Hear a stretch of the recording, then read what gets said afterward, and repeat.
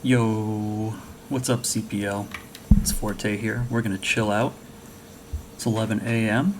Eastern Standard Time, or Daylight Time.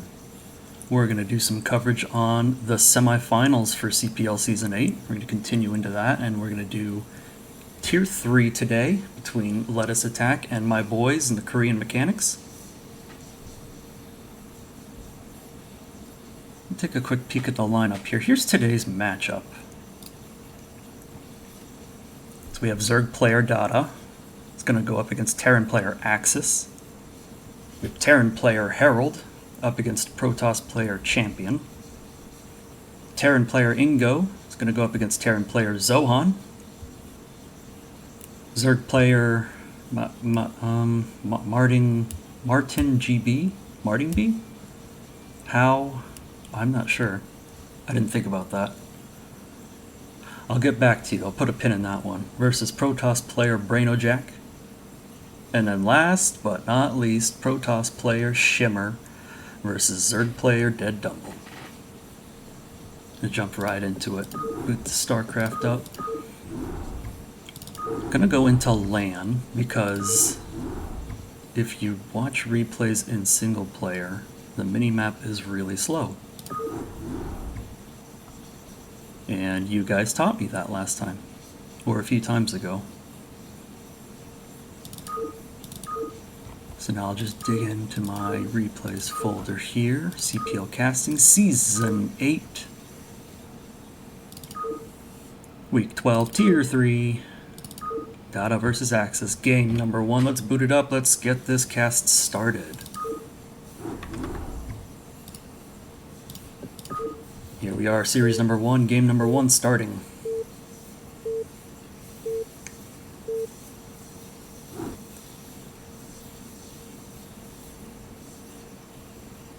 Alright, spawning in the top right corner is the red Terran player. It's Axis from Korean Mechanics.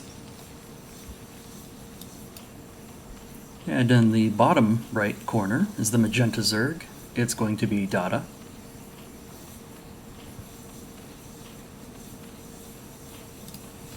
Opening map is Polypoid. Yeah, Polypoid, right? Yeah.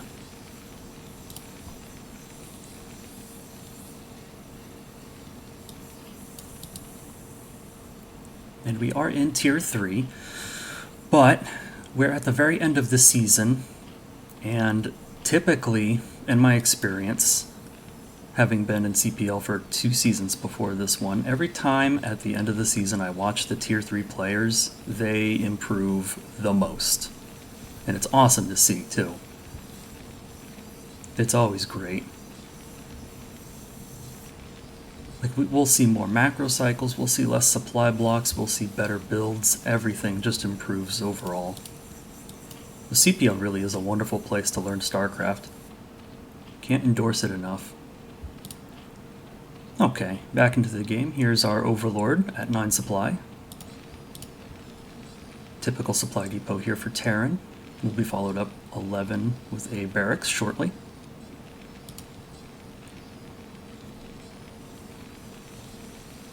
How's it going, chat? How you guys feeling today? My 3 viewers today right now. How's it going, folks? Might do some trivia. I might do it. Okay, traditional 12 hatch versus Terran opening chosen by Dada. Scout going out. And both of the scouts are going to be in the wrong direction. Not necessarily as a incorrect choice, it's just a happenstance. But if they continue along their paths, they'll both last scout each other.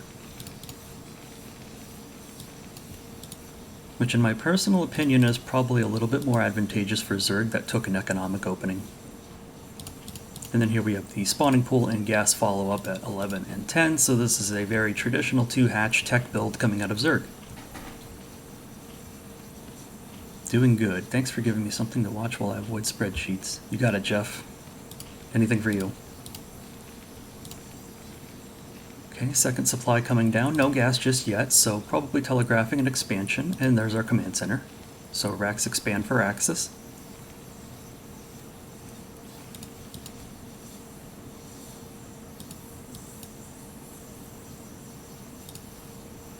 Natural hatchery for Dada pops.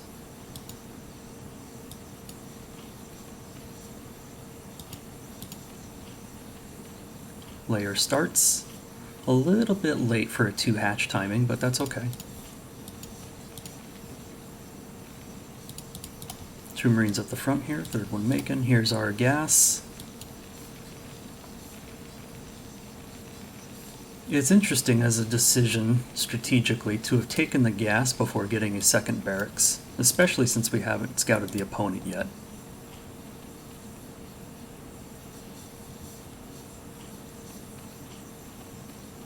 And then here we have the defensive sunken colony that will be used to protect against early pushes of small groups of Marines. Here's our second barracks from Axis. I expect to see an academy fairly soon, or an engineering bay. Tech choice for Dada will become pretty apparent very shortly. Were it lurkers, the most efficient way to tech that way would be to get the hydrogen as the layer is halfway finished. That way you can start lurker as soon as layer pops. Here it's probably assumed that we're going mutas. And actually we see 5 pairs of Zerglings and Zergling speed. So this might actually be a fake out. The scout here from Axis does catch a glimpse of 6 Zerglings though. Here's our Spire. Interesting, so we're going for a little bit of early on Zergling aggression, maybe try to catch the Terran player off guard as we tech into mutas. The muta tech will be a little bit delayed because of that.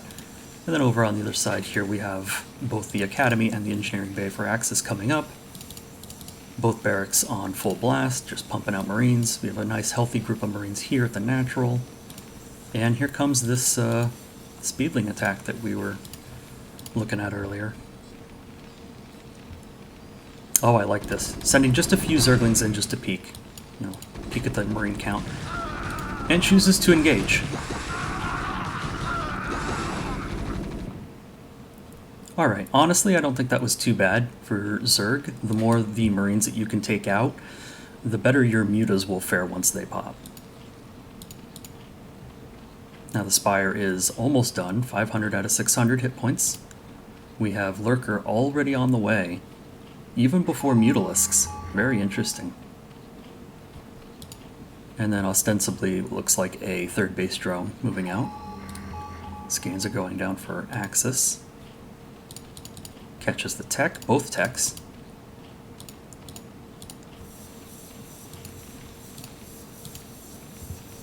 Bunker going down at the natural here for Axis. Let's see what the follow-up's going to be. Factory. That's... I feel like this is quite early. Oh, I just turned off vision like an idiot. There we go, Academy. Okay, so Marine range is on the way. I'm going to assume that Stim was already researched.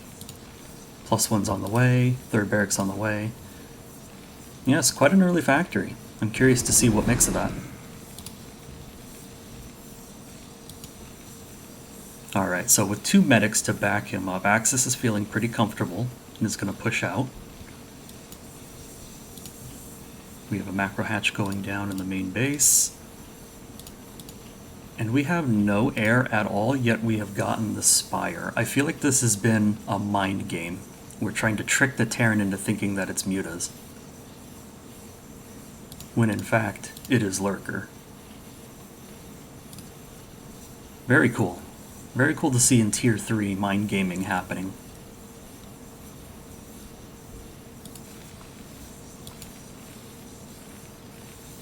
Any turrets? Well, no. So it doesn't look like Axis took the bait.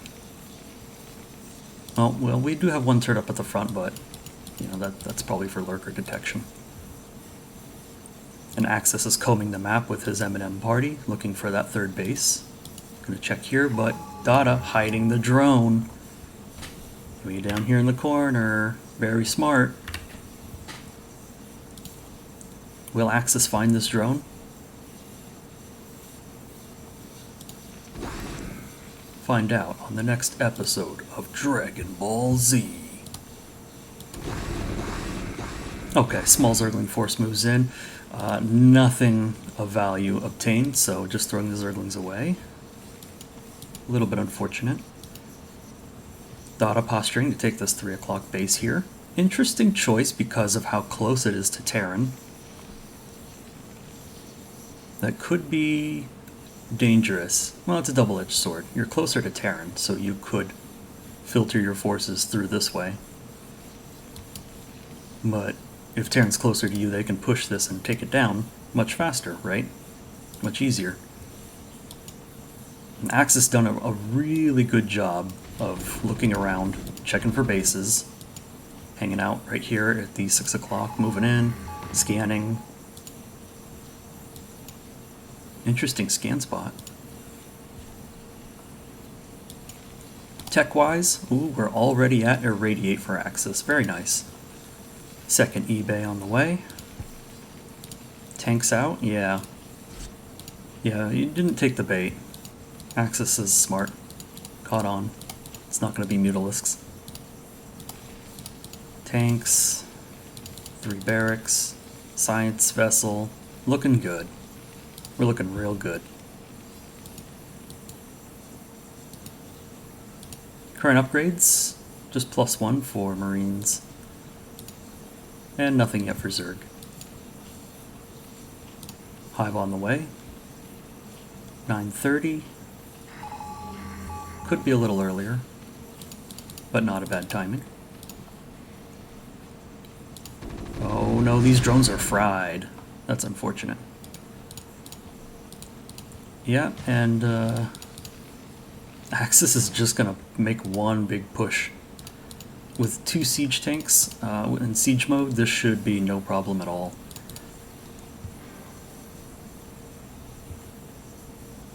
I'm praying for Dada right now. This is going to be a very difficult push to hold back.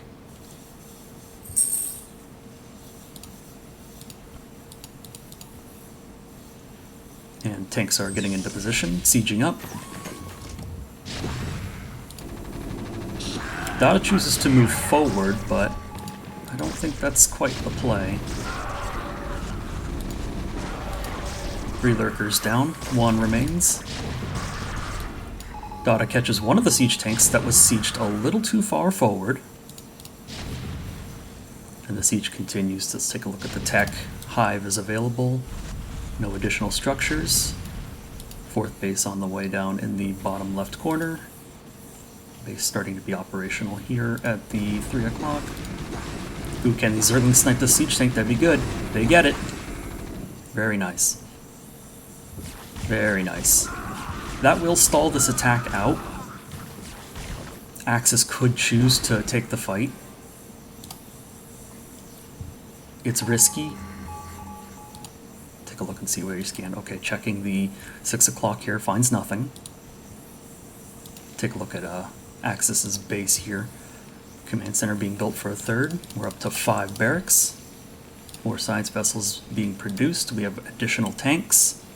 A lot of additional Marines ready here. +2 is about to finish.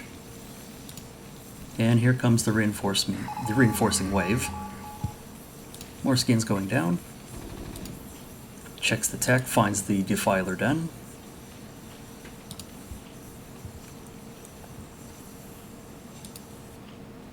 And we see we gotta get these bases a little bit more operational and defended as well. Okay, 2 lurkers at the ramp here is excellent. 1 lurker here, okay, that's good.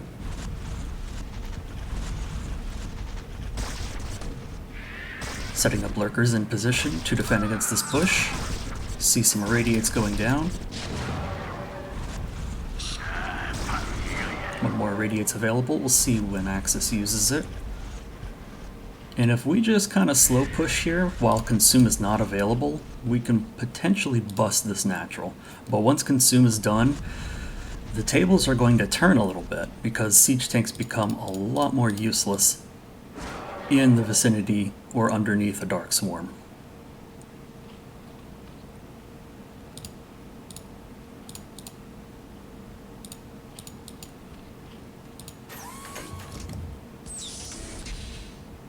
Okay, looks like Axis found out about the 3 o'clock. And he's moving in position to take it out. This lurker needs to burrow. This lurker really needs to burrow. Oh my goodness, that's unfortunate. Okay, so we're going to lose this entire third base here.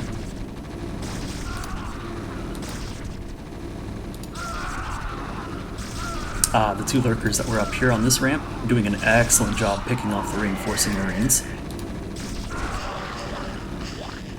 But ultimately, this base does get cleaned up. Command Center lands at the mineral-only third, so Axis will begin the third base. Ooh, lurkers move up with Dark Swarm. Frightening territory we're in.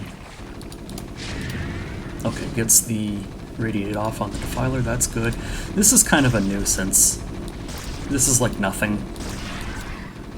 It'll just be a nuisance for a little bit. As will this as well, unless they come out.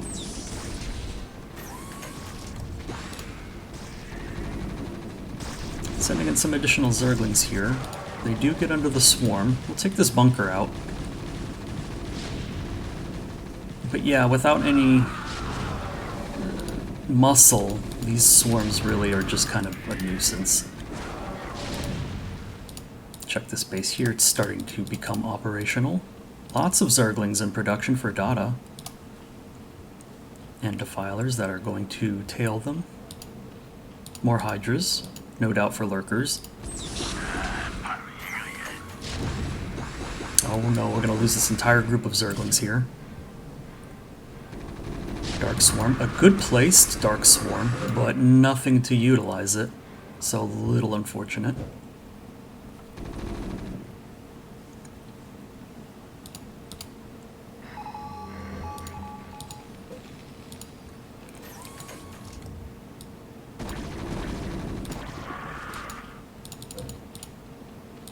Okay, we got Plague on the way. We have drops on the way. Still no evolution chambers though, so no possibility of upgrades here. And the longer the game goes on, the more that becomes a liability. Mid to late game should be upgrade central. If we take a look at the Axis Marine upgrades, +3 attack, +1 armor. These are going to shred everything, because we don't have any Carapace upgrades. The only saving grace will be Dark Swarm, and that'll be the only thing Dada has really to defend against all of this. I mean, this is a huge Terran ball. Not to mention the vessel count is starting to get a little out of control.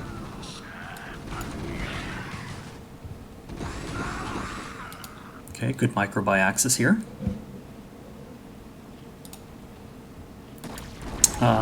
And these two Hydralisks here that were probably meant to be lurkers were not made into lurkers. Therefore, this ramp is undefended.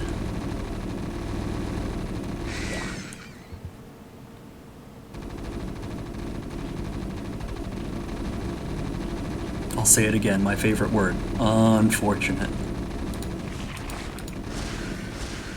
So, we will be losing this, well, which was the fourth base, it's now the third. We'll be losing the third base here for Dada, which puts Zerg on 2 bases, versus Terran's 3, which is now operational and mining these minerals.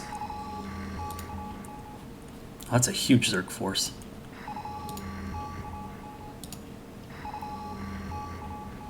Won't be enough, though. Because the upgrades, man, the upgrades! Where are the upgrades, man? Okay, so Ultratech's here, we're getting speed, so I'm assuming armor's done. Some Scourge here. Scourge, that's good, alright. We gotta get these out, though, and trying to chase down the vessels. The cloud is starting to get rather beefy. 6 here.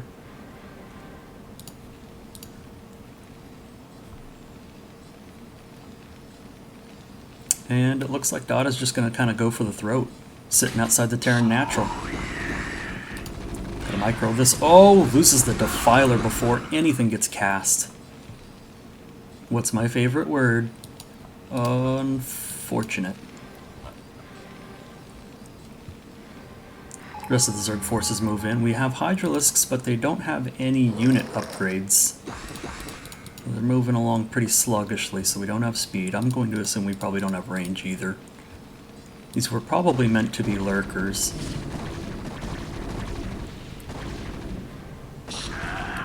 Meanwhile, at Dada's base, we have basically what is the death push.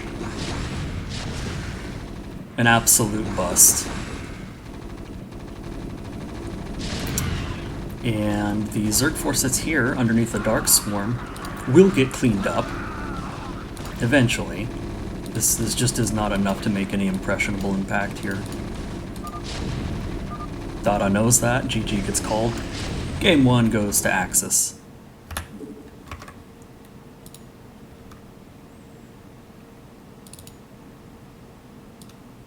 Very nice. A good game played by Axis, just very well rounded.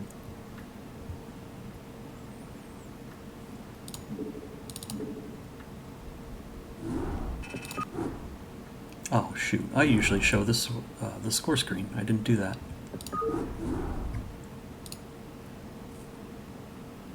I'm a failure as a caster. Alright, where are we? Game number 2. Where are you?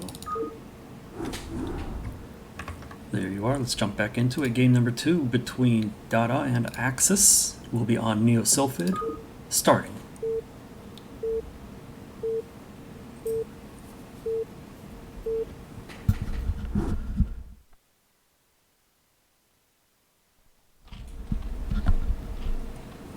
I tell you what, I think I'll join up. Thanks for the follow, Supperman. Alright, let's jump into it. On Neosylphid, game number 2 between Dada and Axis in the semifinals. Spawning in the top center is the blue Zerg, it's Dada. And in the lower left is the red Terran, it's Axis.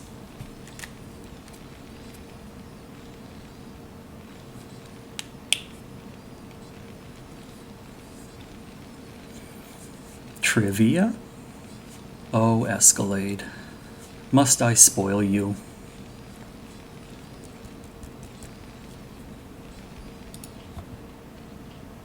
Well, I guess I'll do some trivia with you guys. Alright. There's not enough trivia in this world. There's not enough StarCraft trivia available for me. Oh, before we get into any of that though, we have a 9-pool coming out of Dada here. So some early aggression here for game number 2.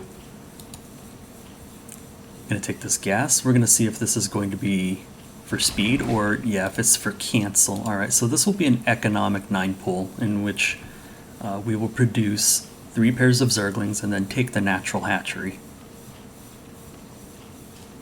A good early aggressive build that still you can fall back on. And meanwhile with Axis, our typical, what looks like a Gaslix expand opening. Scout moving out.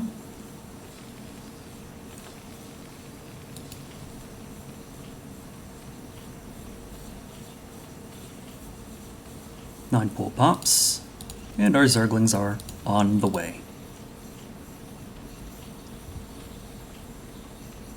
And at this point, I think it is quite typical to have sent out a drone, since we are around the 300 mineral mark. This will go to the natural, and we'll place down that economical macro hatch. There it is. Axis arrives just in time to scout that, and also the 6 Zerglings that are on the way. Dada's Overlord commits pretty hard, but turns around just in the nick of time. This Marine pops out. Axis, realizing he's in a little bit of trouble, bunkers up at the choke point here, pulls some SCVs. Zerglings are on their way. More reinforcing. And the bunker finishes just in time. Now we'll see if Dada can get some SCV kills and get inside the base. Looks like it. Here we go. Ooh, get this other Marine here. That'd be great. Excellent. Fantastic.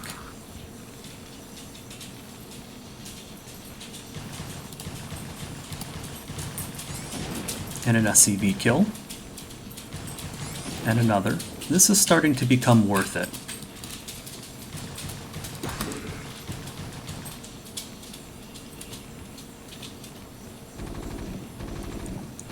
And with the 2 Marines that are out here, should be able to clean this up no problem. Take another look back at Dada's base. We are droning up. A little bit of a misrally perhaps. And keeping the Lings active in the Terran base, which is quite micro-intensive, so well done.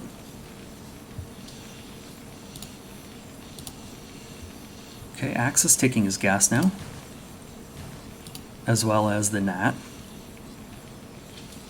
And the Zerglings are cleaned up. So, now we just transition into the late part of the early game, in which the players will, no doubt, macro up. Now here we have the Hydra Den at a much more appropriate timing if you were choosing to open Hydras. So we have the lair on the way, it's almost halfway, we get the Hydra Den, and the indication of tech is lurkers. And this is a pretty good map for lurkers because there's no ramp to try and climb up, it's all flat ground. Flat here, flat here, flat here. So there's no uphill battle.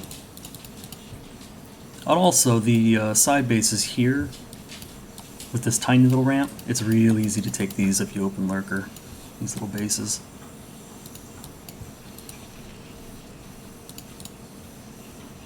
Now let's see where we're at. We have some Hydralisks popping out for Dada. Some more Zerglings on the way. Lurker aspect being researched. No third base just yet. Another scouting SCV comes out, spots 2 Hydras. So definitely an MVP. MVU, most valuable unit. Spotting this tech here and getting inside the base. Yeah, just gonna get a full scout off. Very nice.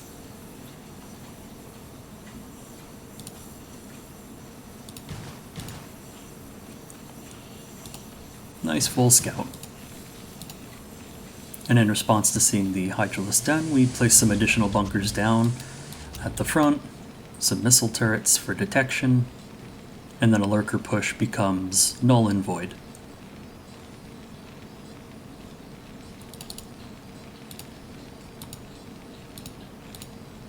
+1 on the way, Academy finished, Stim on the way, Comsats going up.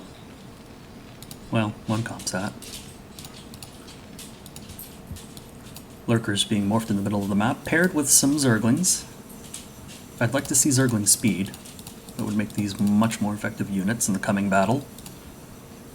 Some additional reinforcements here. And yeah, we are very committed to this attack,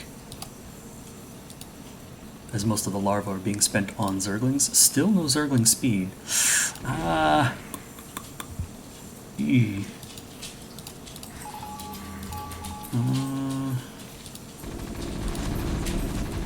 Ooh, almost gets the pick on one of those lurkers. Pulls back just in time. Good micro from Axis. Might lose this one. Yeah, loses this one medic, unfortunately.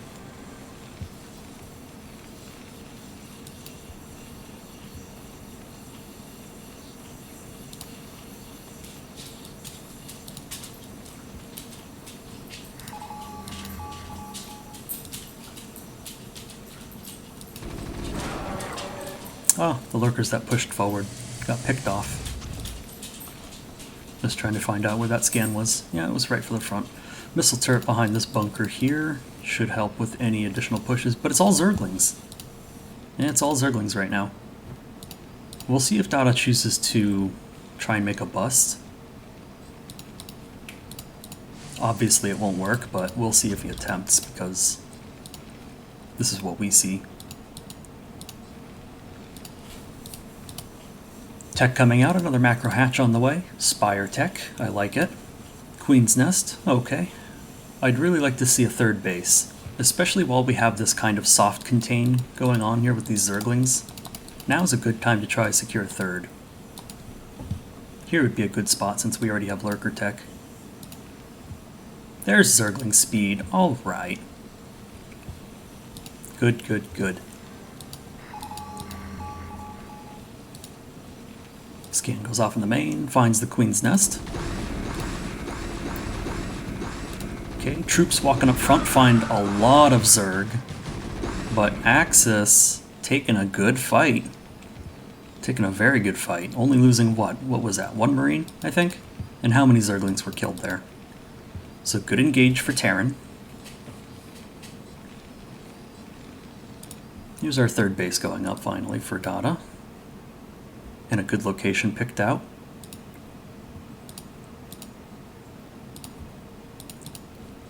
More lurkers on the way. Gonna kind of commit to a bit of a contain here for Terran's natural. Which is good. This buys you time to get your hive tech out. It'll buy Dada time to get 3rd base up and rolling. We have some additional Zerglings and a lurker here. Hive on the way. Where was that scan? Here. Axis clearing his eggs so that his units will flow more smoothly. Let's see where the tech's at in the Terran base. Double eBay. Weapons and armor on the way. Science facility already done. We're at 3 racks. Starport factory good to go.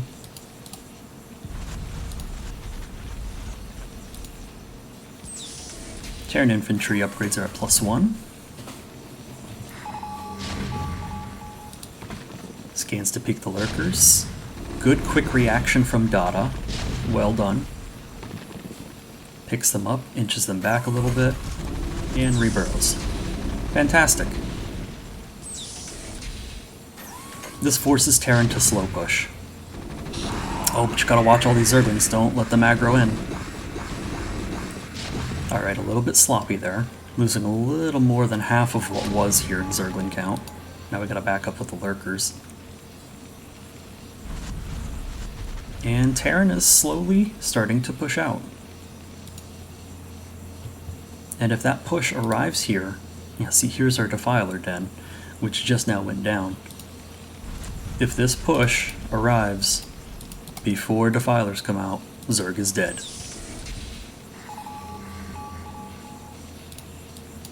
We have scans, we have a large army, we have upgrades, we have the counter tech. Gotta watch the tank.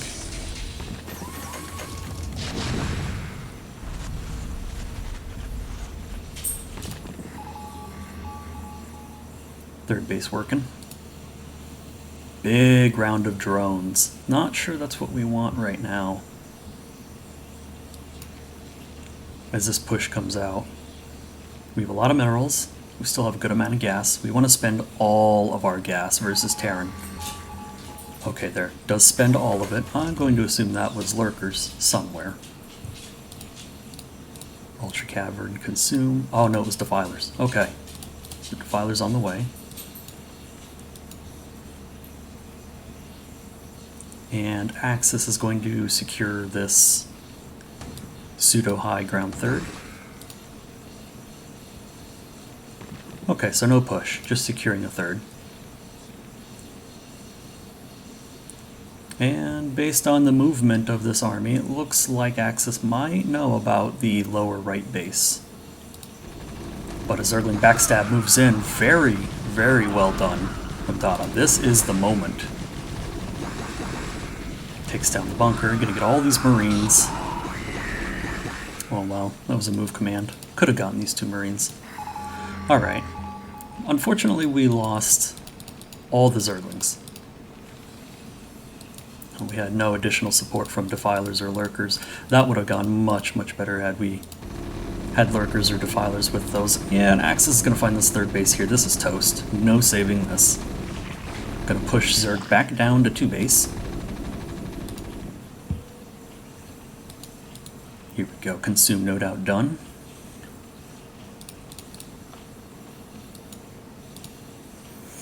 And we have Ultra Tech.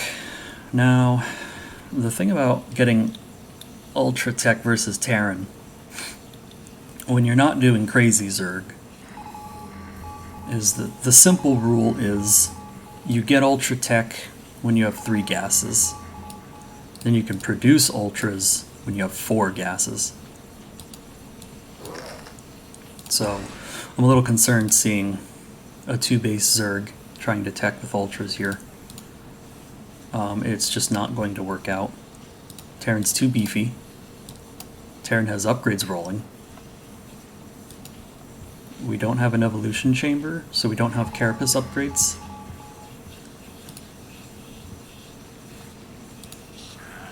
The only thing we really have to work with as Zerg is probably the Defiler at this point. Get that swarm down. Ooh, that was super close. Playing it risky. Defiler micro is hard. It's hard, don't let it fool you. Oh, that's funny. It only had like 7 health left and Axis just irradiates it to finish it. Smart. You just want to get rid of it anyway. Okay, actually a really good 2 Zergling counter. As a joke. That was meant to generate a laugh. 2 Zergling counter. They caught some Marines though. I was impressed. Oh, now this is cool. I gotta be a little bit careful, but in a predicting move, Axis irradiates his own tank, expecting it to get surrounded by Zerglings, but it ended up working against him, so the idea was really cool, but just the execution wasn't quite there. Much respect, though. I love seeing cool creative play like that.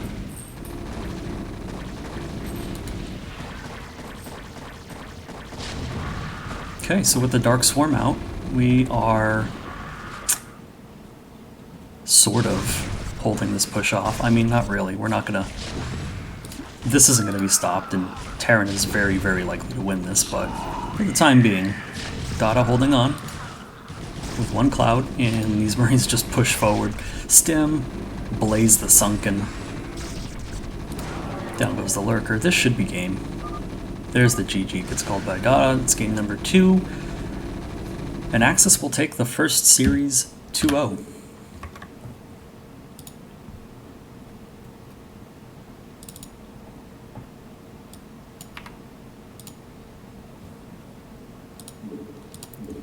Cool, cool, cool. I will show you the score screen this time.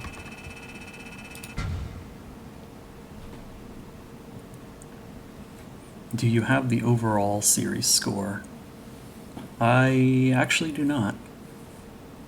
It's in the caster sheet, so I can go and take a look at it and then just start adding these up.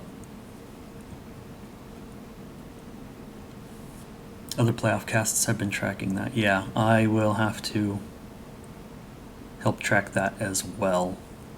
In fact, I will go and take a quick look right now.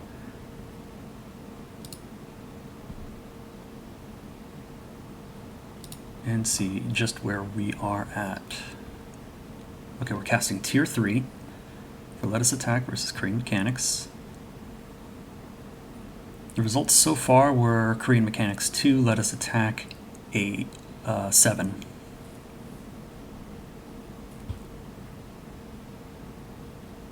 I should put some text and put that on the stream, but I'm not going to interrupt it to do so.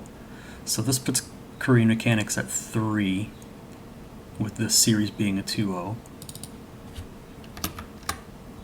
It will help keep track of it.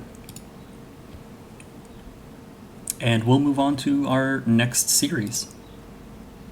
So now we're going to be looking into the series between Herold and Champian, so Terran versus Protoss.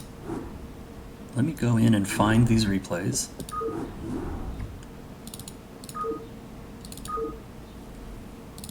There we go. Game number 1 loaded. Game scene, let's jump right into it.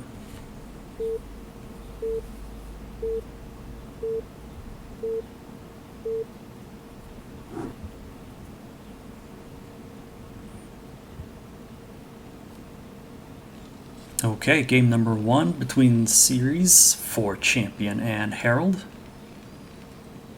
Tier 3 semifinals, Season 8. Spawning in the lower left corner is the red Terran. It's going to be Herold. Herold Andrastis.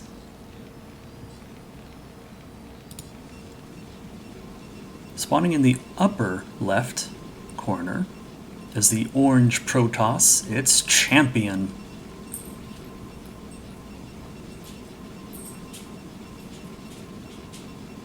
Okay, good color scheme. I like this. Red Terran, orange Protoss. Really warm colors. But personally, I think Protoss looks best in blue. Change my mind. Hello, doggo.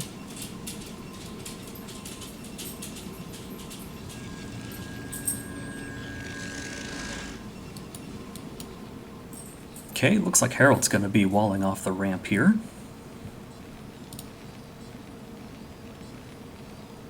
So already a defensive posture. Champion going to be placing down the gateway and then scouting as normal.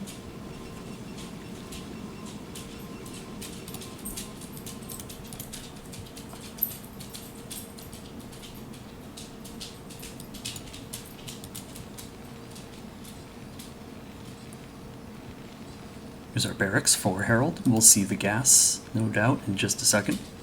Boom. Gas as well for Champion.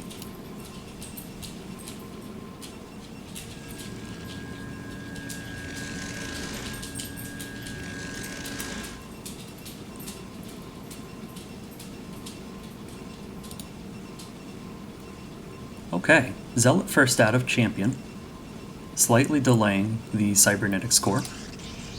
Here it is. Only one probe mining gas so far. Very interesting.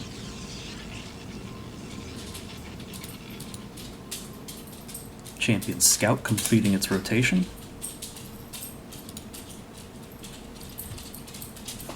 We now know the location of the Terran base.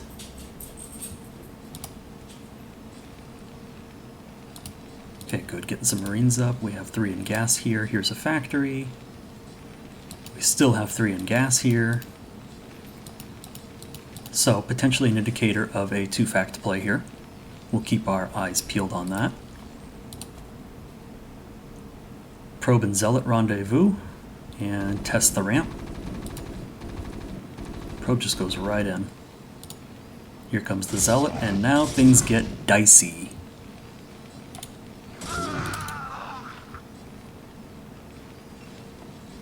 Now we'll see what kind of damage this pair can get done. Oh, great pick on this SCV building the factory. Gonna delay that a little bit. Close to finishing. More SCVs being pulled off the line. Champion getting some great damage done with just a single Zealot and a probe. Ah, the dance of death.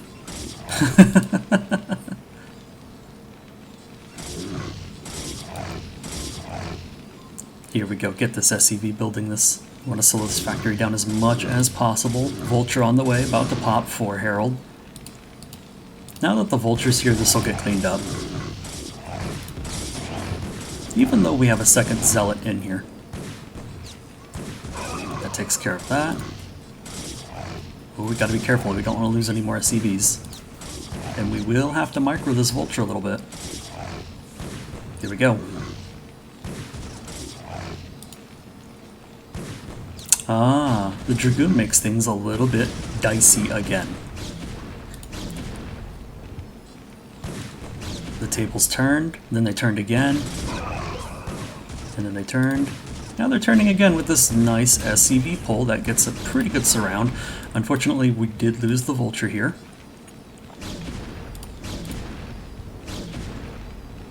But now this Dragoon pinches itself back behind the mineral line. I guess this is probably the best move. Does pick off an additional SCV. Looking at the worker count, the discrepancy is 6. 21 with Champion and a lead of 6 workers. The harassment continues. We have 3 factories here. One that's completed. One that nothing is building. And then a third one here. Another SCV pull. Champion just getting so much economic damage done with these little bursts of single units. It's very cool to see. Second Dragoon joins. Yeah, this is starting to get real painful. Especially since Champion's doing a pretty good job microing the Dragoons. Now, as I say that, probably looked back at his base and we lost this goon here. Back to microing. Taking a look back here.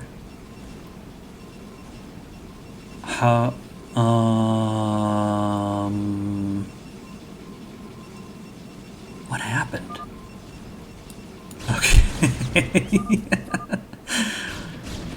Alright, so the harassment from Champion was enough to take the game. We just can't secure the main base against these Dragoons. I'd like to see... I bet it was just an SCV that was just chilling here for like a minute. That was never answered. The Champion went up to 3 gates, second base. Yeah, looking real good. So, good job by Champion. Just kind of forcing your way in there. Getting your foot in the door and not letting them close the door. Here's our score screen. 132, 166. Pretty healthy APMs. Very good healthy APMs.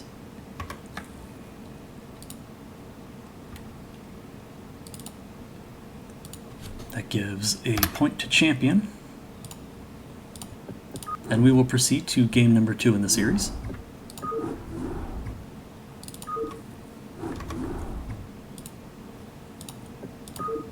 Game number 2, starting up.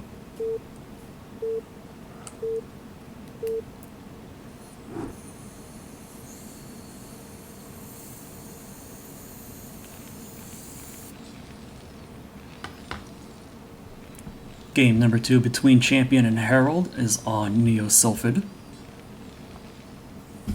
Nope, don't like the colors. Nope, we're going to do red versus blue. Spawning in the top center is the blue Terran. It's going to be Herold. And in the lower left corner is the red Protoss. It's Champion. I also think red looks really good on Protoss too. I think it looks really menacing when paired with the gold features of everything Protoss-y.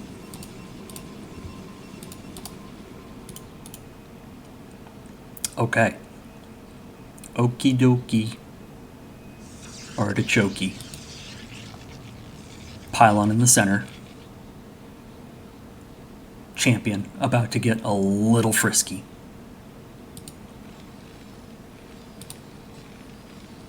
Herold placing the supply depot down here. It looks like this could potentially form a wall, which would be fantastic in this case. Because this is a proxy gateway play.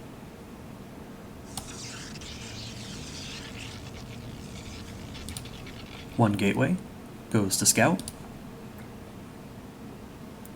Herold scouting normally, unawares of the dangers that lurk in the dark. And yeah, it looks like we'll probably form a wall out of this, so we'll take a look and see if the Zealot can get in time. I don't think so. So the damage from this might actually be relatively muted by the walling. Oh, that's filthy. You animal.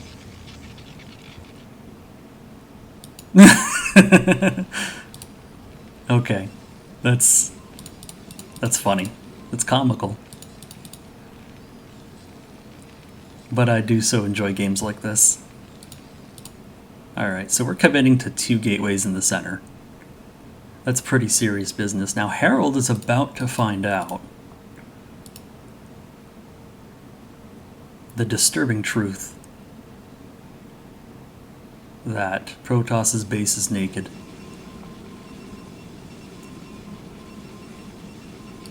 Ah, yes. Oh, no. Oh, no, Champion. You got supply blocked.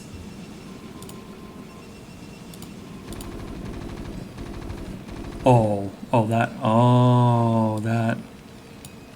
Depot on top. Units will stop. Depot below. Units will flow.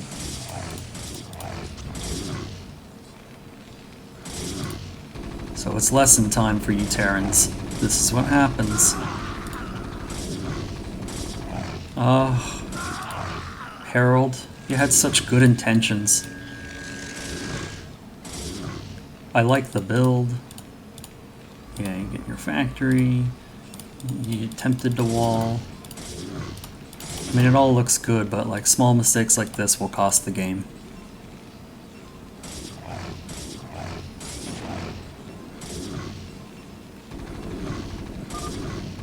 And yeah. GG comes out, and Champion will take the series 2-0.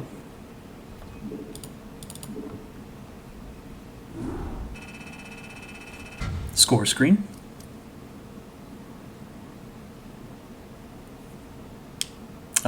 Herold's in the chat. Last CPL game, I lost exactly like that versus Zerg. Looks like a full wall. Yeah, it sure does. StarCraft is a hard game.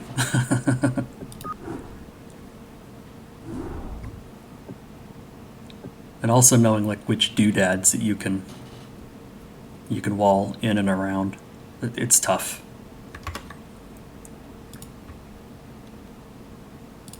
Alright, so we'll put this point in for Champion. And before I forget, I will update the scorecard for the results so far. Give Korean Mechanics another point for Series 1. And we will move on to our next series, which will be a Terran versus Terran between Ingo 505 and Zohan. I shall fetch the replays. Load up game number 1, bring you guys to the game scene, and we'll fire it up. Series number 3 between Let Us Attack and Korean Mechanics. Tier 3 semifinals. Here we go. Game number 1 between Ingo and Zohan, spawning in the bottom right as the blue Terran. It's Ingo. And spawning in the bottom left corner as the red Terran, it's Zohan.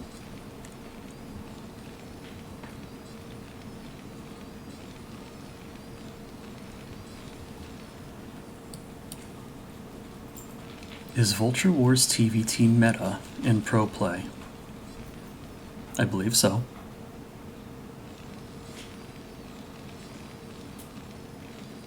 I mean, 3-factory Vulture is just, if you both do it, then just whoever has the better timings wins.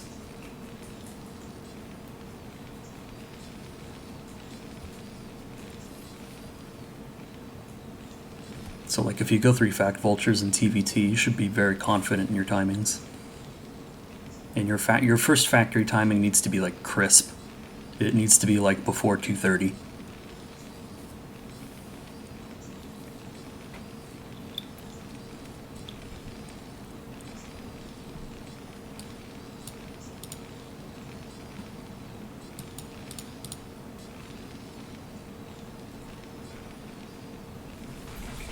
Alright, so at this point in the stream, this is like the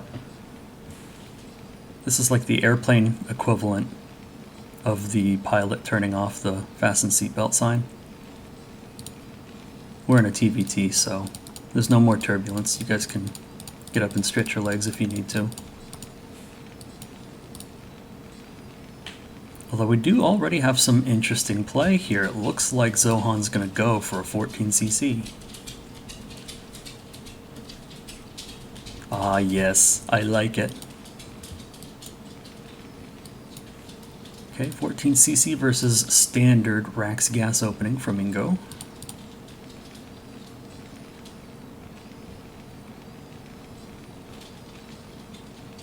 So 3 fact after Rax expand or 1 base. You want to do a regular traditional factory expand and then work your way into an additional 2 factories.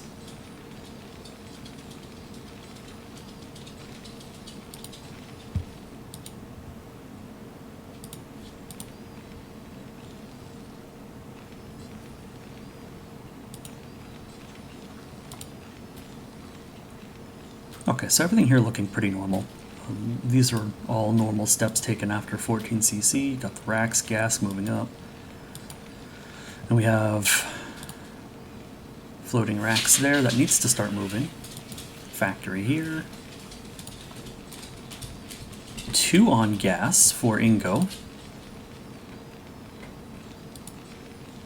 An additional factory. So 2 factory opening for Ingo. Which I gotta say is the correct response really for 14cc. So immediately a bunker goes up here for Zohan. This is good, I like this. Here we go. Rex floating over to Scout. And yeah, we're already getting the machine shop down here, so upgrades, tanks on the table.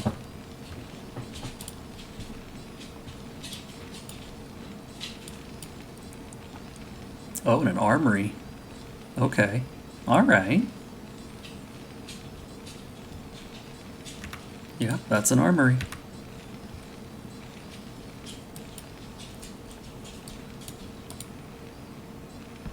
Okay. Zohan now beginning factory production. 2 at a time here. Good SCB production. Good constant SCB production. Very good.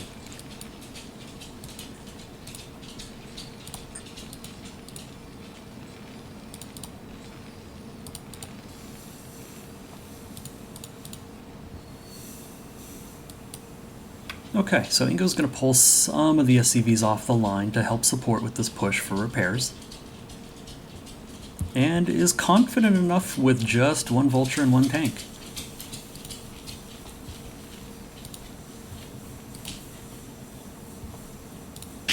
Gonna catch the scout here, and the scout's gonna get a first look at the push coming here.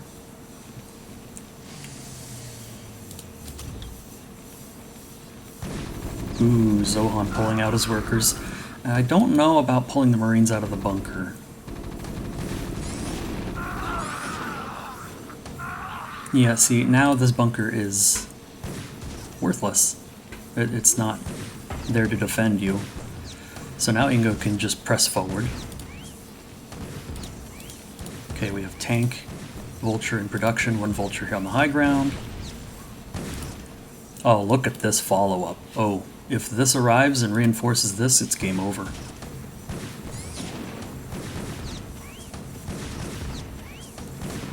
But we'll see. This SCB pull is pretty good.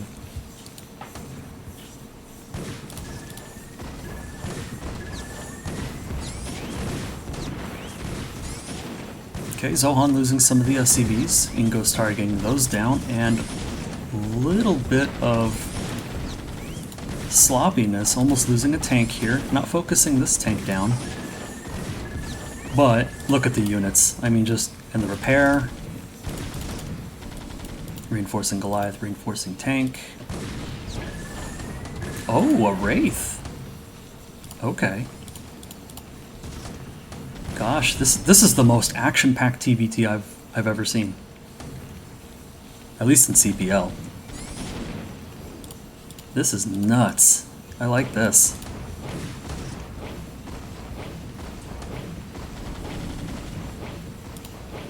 Oh my gosh, yeah, if siege mode finishes here, this will actually be held.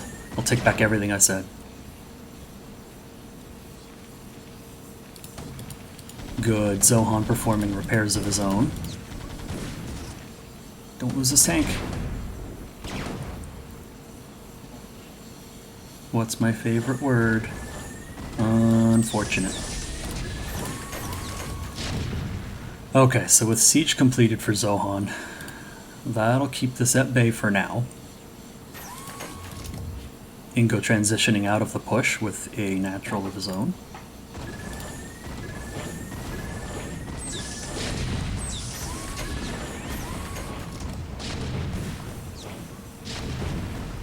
Yeah, this one's quite action-packed. Take a look at the tech here. No additions just yet. Take a look at Ingo completing the academy for some scans. Also still on 2 as well. And nothing out of the armory just yet, no upgrades. Siege completes for Ingo, sets up a... contain. Zohan gonna try to muscle his way out of it. Unfortunately, only one vulture gets out. And none of the tanks were picked off. So losing a lot of vultures just to get this one out. I don't know about losing units like that in a situation like this.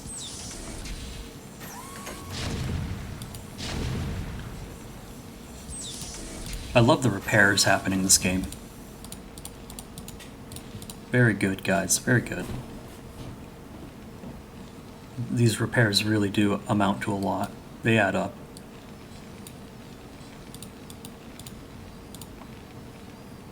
Okay, Ingo getting the natural up and running. Gas completing here. And this will help catch up economically to Zohan. Zohan, of course, still has the economical advantage, having started from a 14cc. Where are these wraiths going? Perhaps they are to scout. Perhaps they're just to harass. It's actually not a bad call here. This would force the Goliaths back, which would weaken the front line here. Not only that, but it will also divide Ingo's attention. Oh, and even gets that last vulture in the main here. This is good. So pulling back with the wraiths. Yeah, this is really good harass right here. It's annoying. It's attention dividing. And it's over. Alright, so we proceed back with the trench warfare here. Continuing Wraith production. We're at 3. Fourth one about to pop. More siege tanks. I'd really like to see a control tower and cloak. Now, granted, Ingo already has scans. But still, there's a lot of play available there. Oh, we missed it. We could have some damage done to these tanks here. Unless we're moving around and down. Which looks like it might be the case.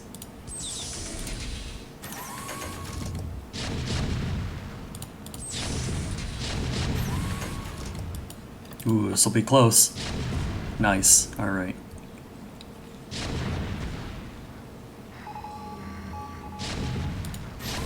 Ooh, don't lose that tank. Okay, good. Pulls it back just in time. More reinforcements arriving. Yeah, Ingo's starting to really beef up the contain. Oh, sloppy. Loses one tank there. Wraiths are now moving into position.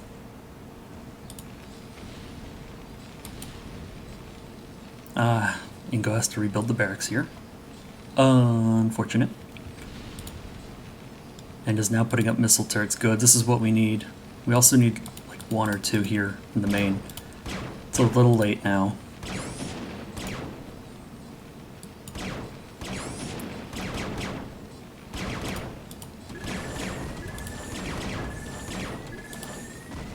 Okay, 1 Goliath is enough to repel 4 Wraiths. I think they could take this fight, but I don't think it'd be worth it.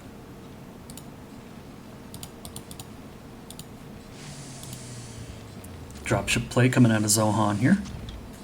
Ooh, grabs an SCV. Alright. I really like this play. You want to get another base? Well, it doesn't matter if you're contained. Just escort it over. Okay, yeah, and there's enough anti-air defense here to make these wraiths a non-issue, so this play is over. These should be primarily used for tank spotting now. And small amounts of harass wherever they can. So Zohan's going to take the top left here.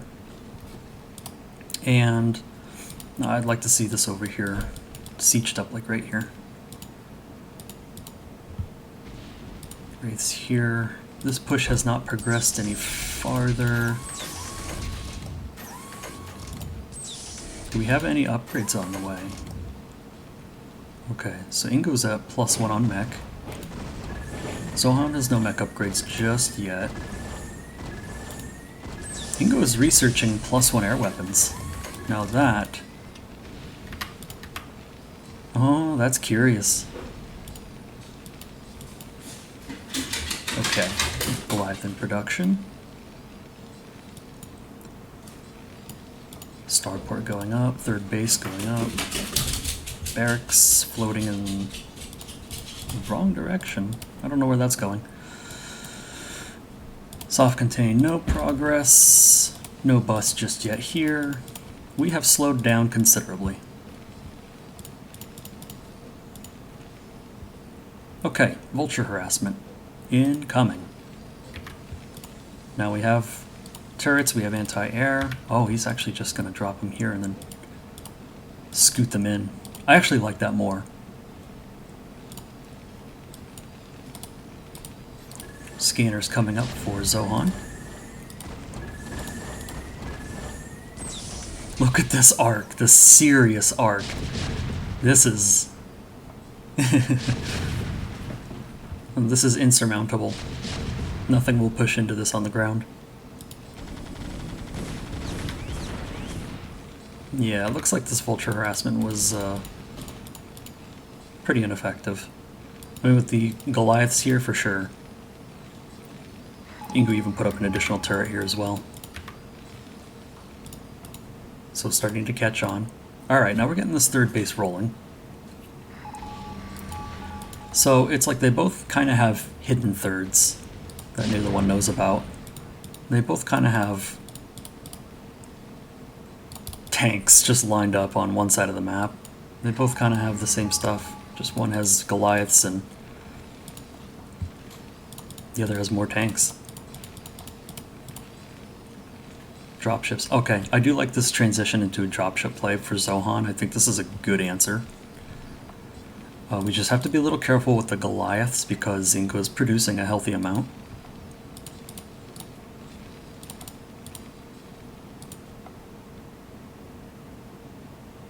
And also, we have to be aware of where the Goliaths are and how many there are. Like this right here, this is... we can't drop attack into this. But we could drop attack into this. Or this. Or this. And even this.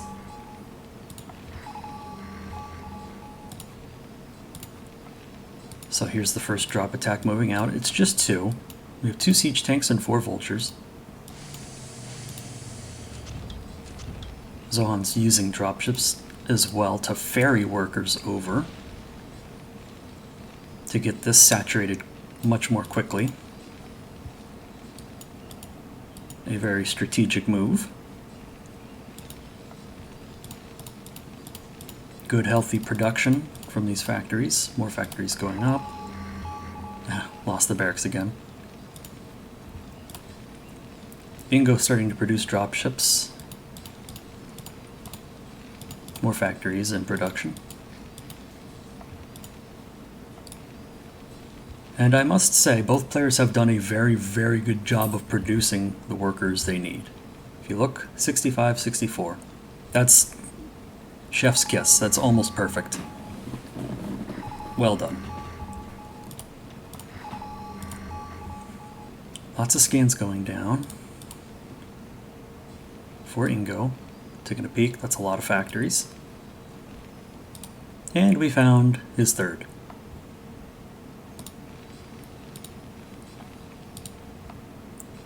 Fourth going up with a natural for the top left. I like the siege positioning. Yeah, if you have a mineral bank, more command centers, why not?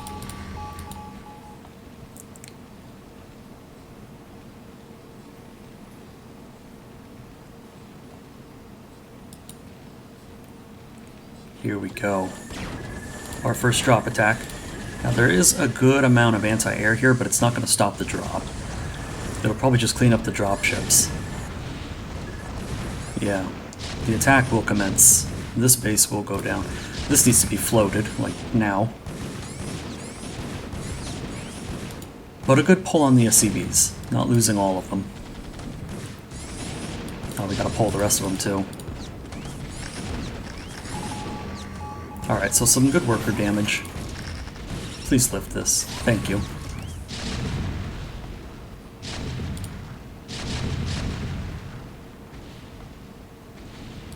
So Zohan, the first one to make a move out of the mid-game. Successfully taking down that third base.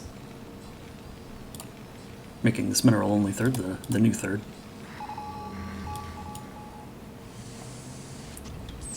This siege line has not moved an inch, but it has only been reinforced on both sides.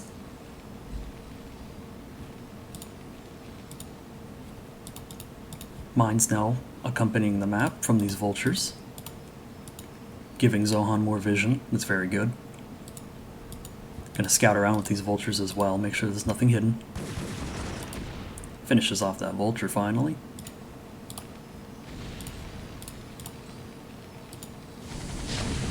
And a counter drop play to catch the rest of these tanks here. This is a good move from Ingo. This is really good. That wiped out all those tanks essentially for free. Load back up, secure your base. And now it's drop play versus drop play, really.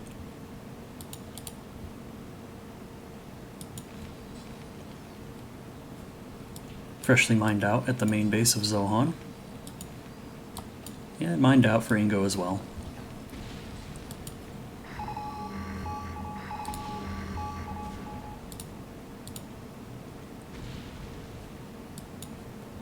Ingo scanning, finding another base for Zohan.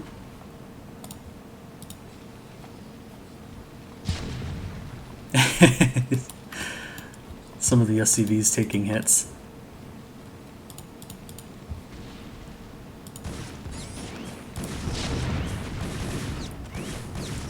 Good surround here on this one tank. That's free.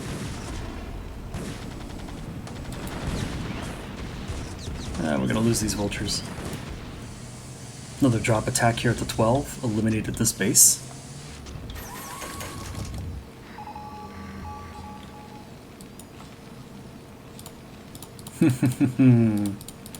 Okay. Risky, but I like it. Cloak, finally. There we go. I'd like to see this spinning, and probably another armory as well.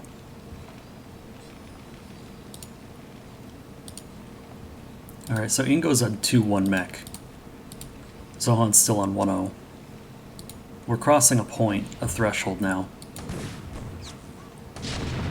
Ingo's tanks will 2-shot Zohan's, but Zohan's will 3-shot Ingo's, so if a full-on mech fight breaks out, Zohan might run into some problems. Let's see, these dropships are still basically loaded. Looks like we're trying to take another base here. There we go. Turrets put up on the side here. Very good.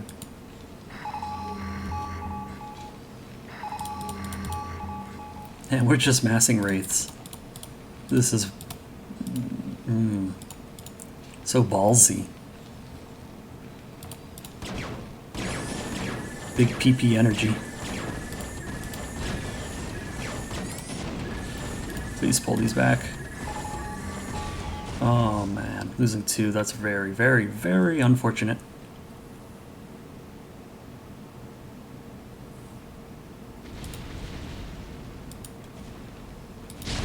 Oh my goodness, I almost missed this. Drop attack attempt from Ingo.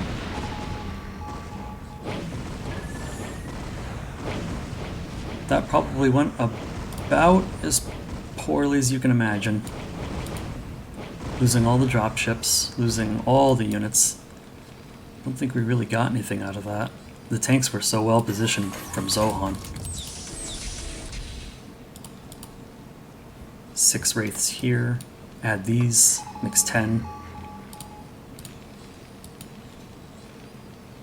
Oh my goodness. This CC's a little too far down. Little bit of a gap here. Same with this one. Whoopsies. Okay, where are these wraiths going?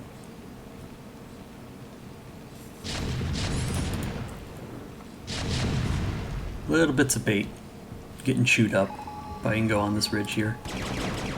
And there are these wraiths finding free units.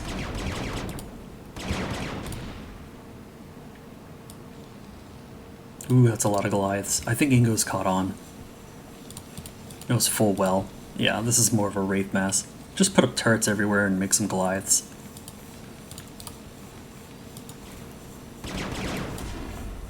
Now this is a good play. Here we go. This is substantial. I was going to say, we need to capture some sort of value with all of these wraiths that you've invested so much in. And losing them like that is very, very painful. When you go wraiths in TVT, they need to extract value from your opponent somehow. Pick things off, deny area and space, gain vision.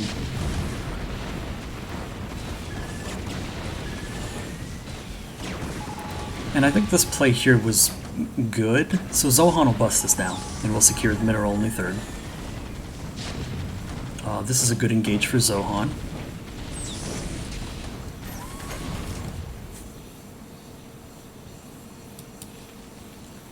And now, yeah, I see. I got a tough read on this game. So we're 3-1 mech for Ingo. Okay, we're 2-0 for Zohan. At least we have the +2 now. So we meet that breakpoint. The siege tank versus siege tank breakpoint. That's very important.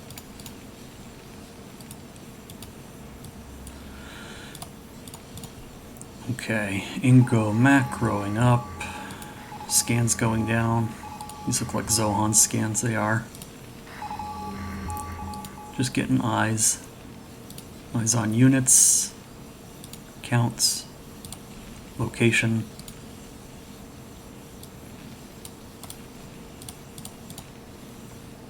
So this is our transition from here for Zohan. I'd really, really like to see air upgrades. But Tetra BCs, 4 at a time. Meanwhile, back at the main base, factory production has mostly stopped. We do have 2 armories now, but they're not spinning. Upgrades, upgrades, upgrades.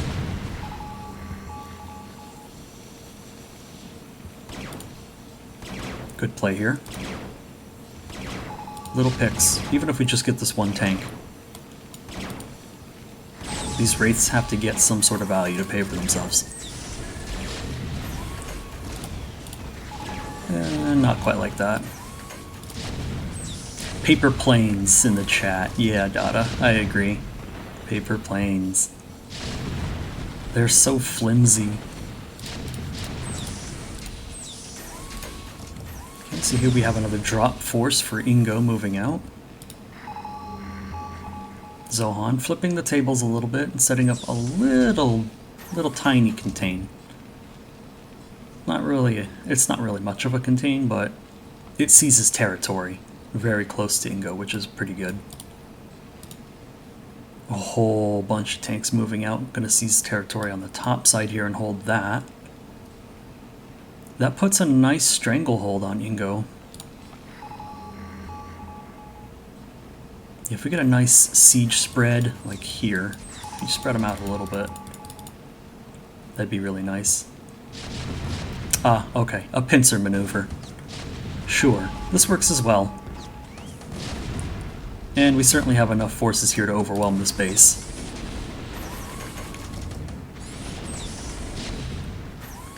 So with this particular maneuver, we'll end up losing a couple tanks of our own, but basically stopping mining here. Oh, it looks like Ingo's gonna clean this up no problem, actually. But losing a substantial amount of their own forces. 3-2 now. Zohan mech 2-0. Getting a little concerned here.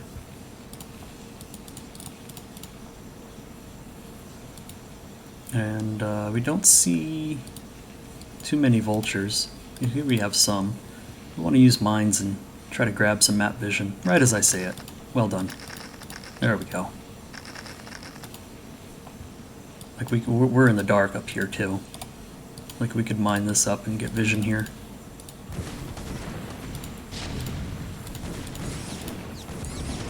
I guess these were really just for the mines and trying to pick off workers. But I don't really like the idea of just wasting these vultures. I think we should just hold on to them. Wait for the big push. Good lord. Alright. You're not getting into this base from the south side, that's for damn sure. Alright. 2 battle cruisers. Lots of siege tanks.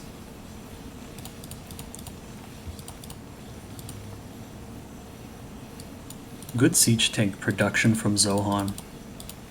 All game. Looks like Ingo's setting up a airfield of his own. 4 starports. Battle cruiser production beginning.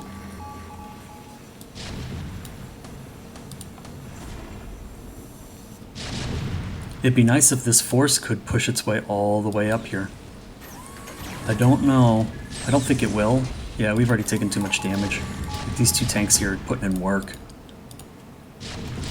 It would have been nice to push up into here and halt this production.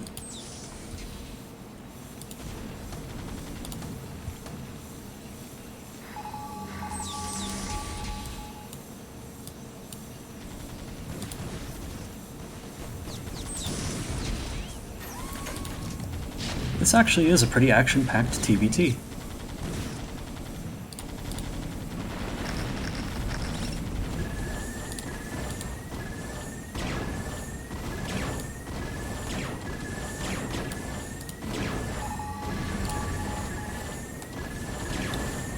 Losing these BCs is a little bit sloppy. They're quite expensive units and they're really good when they're massed up, so we don't want to be losing them. 3 more available, nothing in production. Just consistent siege tank production. Oh, it's beautiful. Beautiful. Yep, and good production from Ingo as well. Good mix of army as well. Scans going down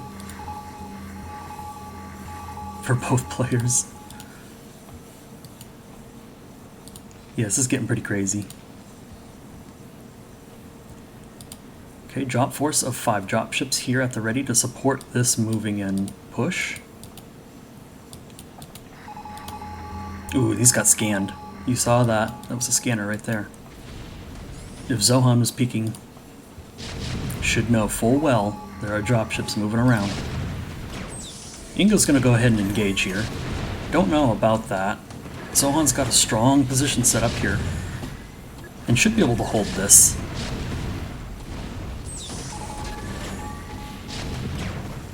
And Ingo's going to not commit with the dropships. You might want to move back. Oh, baby. Do it. That's what we like to see. Oh yeah, the second battle cruiser fleet. Now it's fleet versus fleet. And again, Ingo has the upgrade advantage with +2 weapons, +1 armor in the air.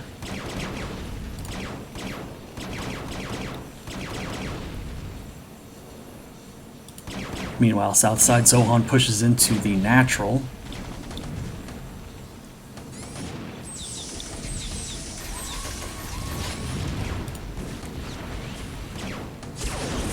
Yamato! Yes! Somebody clip this stuff and tag this game. Yamato Cannon. Or Yamato Cannon, however you say it. That's what's up. What do we have here? Battle cruisers. Ooh, this will be close. Best missile turret in the world.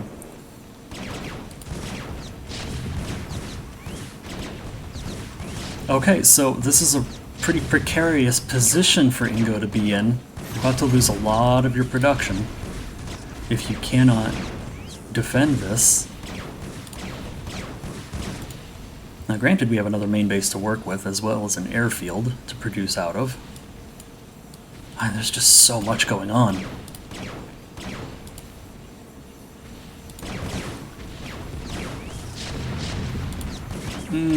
More Yamato cannons. And Ingo taps out, yeah. The damage to the infrastructure was too substantial. So Zohan will take game number 1. I'd love to see the scores on this one. Look at those fat scores. And pretty healthy APM too for a 33-minute game. Pretty healthy. Well played, fellow CPLers. Well played. So then, we'll put a point on the board for Zohan.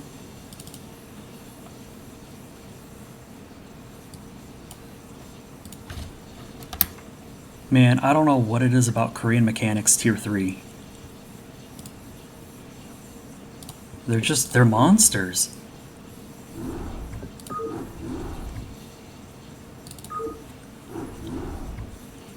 Alright, where were we? Oh, we're now in game number 2. This is now up, game scene, hosted and starting.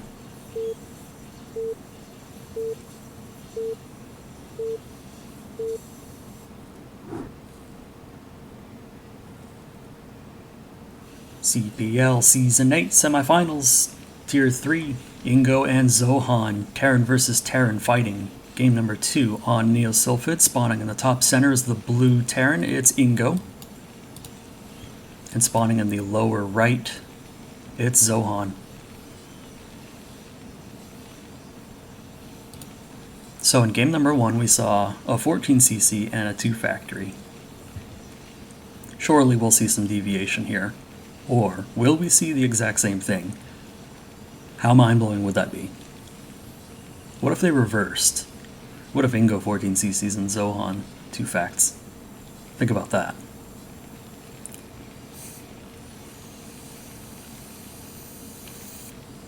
Alright, I'll do some trivia for you guys.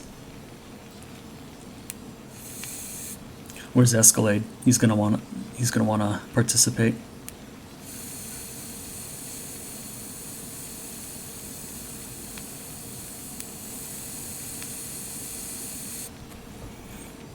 Chat actually seems dead. Are you guys alive? Is anyone watching this? Am I alive? Am I real?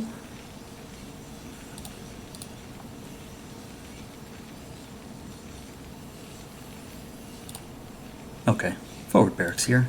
This will be lifted and we'll scout. And same thing here for Ingo. Martingb, we're alive!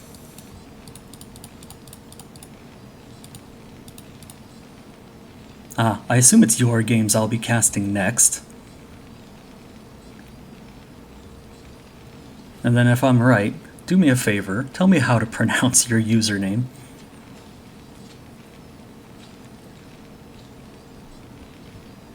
Because there's like 3 different ways to do it, I'm pretty sure. Alright, so I'm gonna scout. Gas collected, 3 in. Ingo scouting as well. Gas, 3 in. So we are identical right now.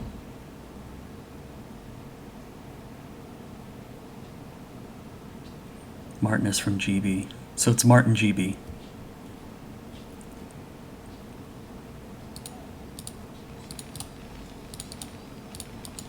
Right?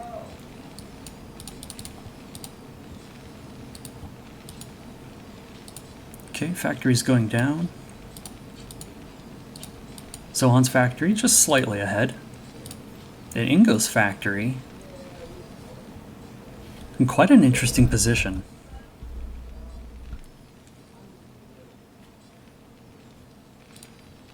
So like our exit's here. Factory's way over here. I almost wonder if this is gonna lift and land like here for some shenanigans or something. Barracks lifted. Ingo opting for a little bit of marine production first. Will we see a command center? Yes, we will. So Zohan going to secure the natural, so factory expand. And with the minerals that Ingo's banking, I suspect we'll see the same as well. Oh, Vulture first. Oh no, never mind. Starport. Okay. So we're going into more tech. This is the cool deviation. So now we'll have Starport versus Natural CC.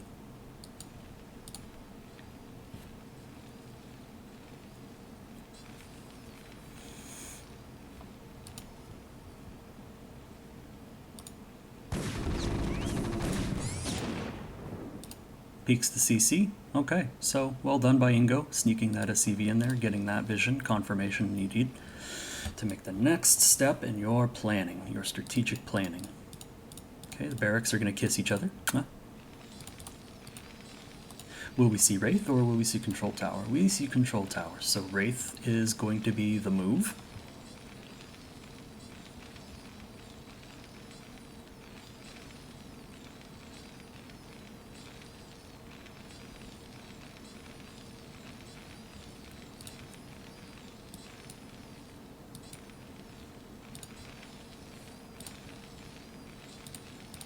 Second factory, still just producing vultures here for Zohan. Shop not spinning yet. Ingo now producing a natural CC of his own, but if this was meant to be a factory expand, this would have been very late, but instead we went for the Wraith Tech. Here's Cloak. As soon as the resources allow, this should be a second Wraith here.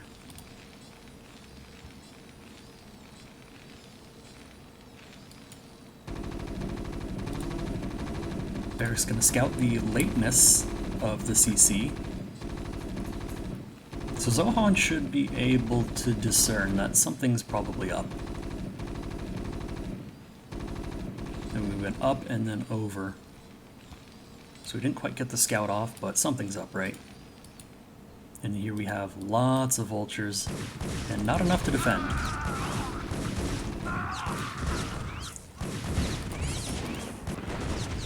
And right as the CC is about to finish for Ingo, it gets delayed. Zohan taking out the worker working on it. And the tech hand is revealed. Ingo now showing his hand that the tech chosen is Wraiths. Zohan saying, you're just going to peck at me for little bits of damage. I might as well just get in your base and ravage the worker line because there's nothing here to stop me.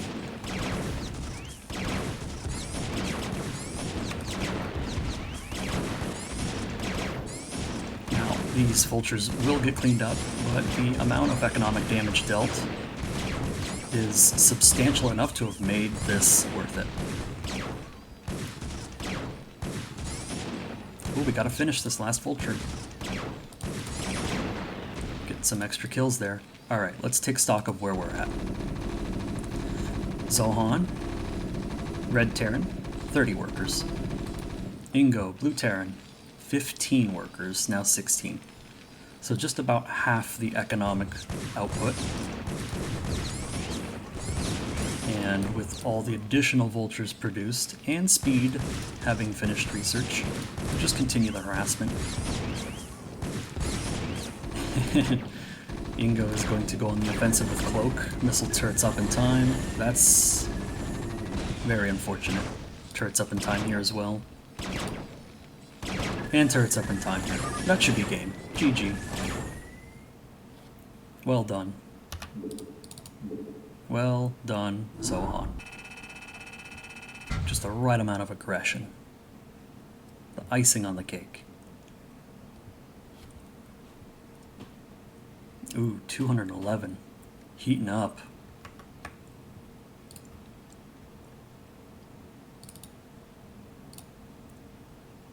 Alright, so that puts the series at 2-0 in favor of Zohan.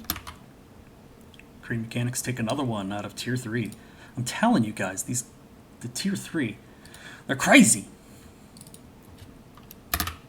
Mark another point on the board for the result score keeping. KM takes another series.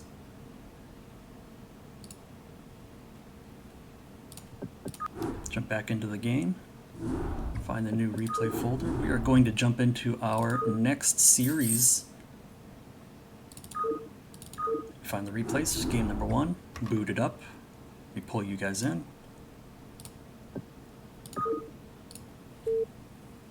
And we will fire it up. No, that's wrong actually. This is Neosilphid. It said game number 1. Don't look.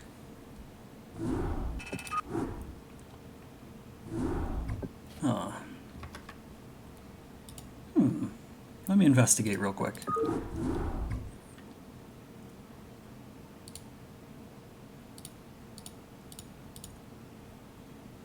Oh, well, that's curious. So the automated system that produces these replays actually put game 2 as game 1 and game 1 as game 2. Yeah. Game 2. Polypoid. Well, that's game 1. Alright. So I'll load the correct one up. Pull you guys in. They are sorted alphabetically when you upload. This happens when people upload them with the wrong file names. I see. Well, no matter, it's a non-issue. I just have to use the right ones. So clearly see this one is Polypoid. This is the correct replay. And let's introduce first. It's gonna be martingb versus Brainojack. Series number 4. Game number 1. Starting it up.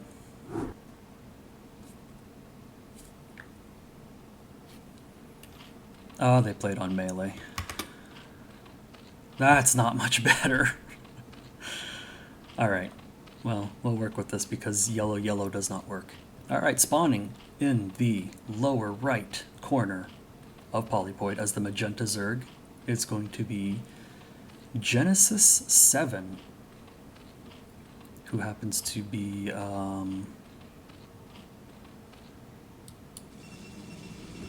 let me think, I just said it too.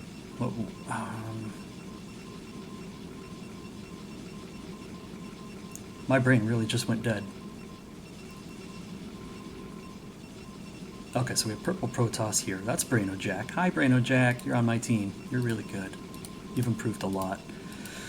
Alright, come on, somebody help me out. You ever have one of those moments where your brain just locks something up and you can't access it?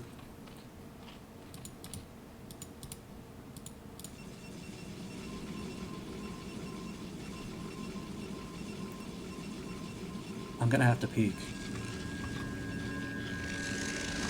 Yep, I'm gonna have to peek real quick. martingb, that's right. Okay. And you're in the chat too with us.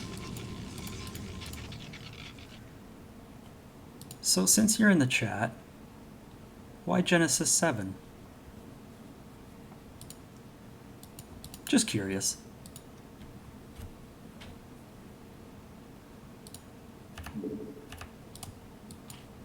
P button pauses the game. Thanks, Dada. Okay, so this is an overpool opening here for Martin. Gonna wiggle our way down here. My Magic the Gathering favorite card from the old days. You got it, man. That's so cool. I respect that so much. Okay, 2 pairs of lings here. 1 drone for Martin. Ooh, the probe here for Brainojack. Looks like it's about to do some pylon shenanigans. I don't know if I would though, Zerglings are out.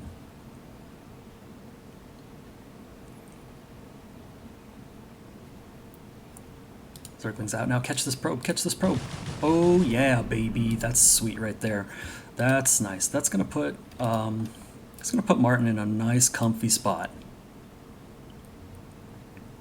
Like to see this third go up here. Now you know Protoss is playing blind. Taking the gas here. Gas before third hatch with forge first is okay. That's good. That's actually preferred. We're at gateway first. I would like the hatch to go down first and then the gas.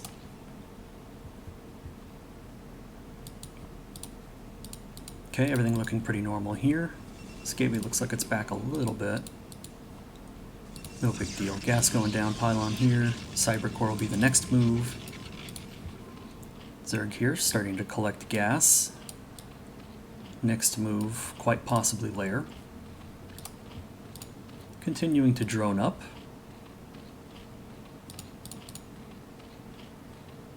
We got it. I want to see layer. Or hydroden. Layer or hydroden. Alright, hydroden. Very good. So we're going to abuse the fact that Protoss is blind here and go hydras.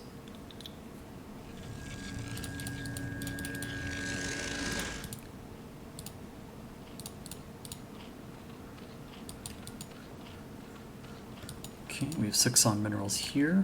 We'll need 3 more drones to saturate that. 7 here, that's saturated. Very nice. You could park 3 here. And then you're ready to start pumping hydras.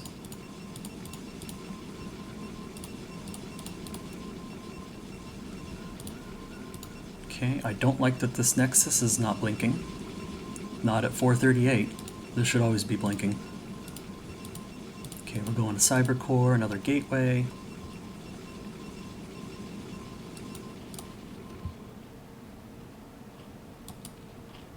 Two drones, there's a third. No additional drones here.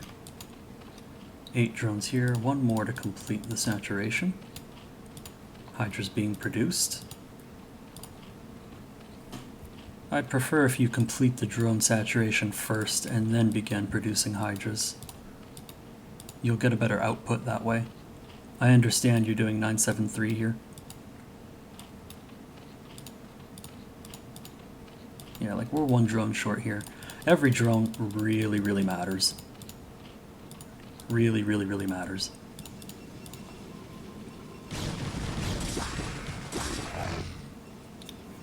Okay, and we have a 4 zealot move out here. Takes care of 2 of the Zerglings. Or I'm going to say this 1. I would start multitasking now, and I would keep my eyes peeled on this Zergling. I wouldn't just necessarily retreat, but I would tail the zealots so that I can check where they're going. Because if we turn off Protoss's vision right now, how do we actually know where those zealots are going? You know what I mean? But if you had the Zergling chasing the zealots, you'd know they're here. And it's like, okay, now you see them with the Overlord, but they could have easily have gone down this way. And 4 zealots will definitely challenge the space right now.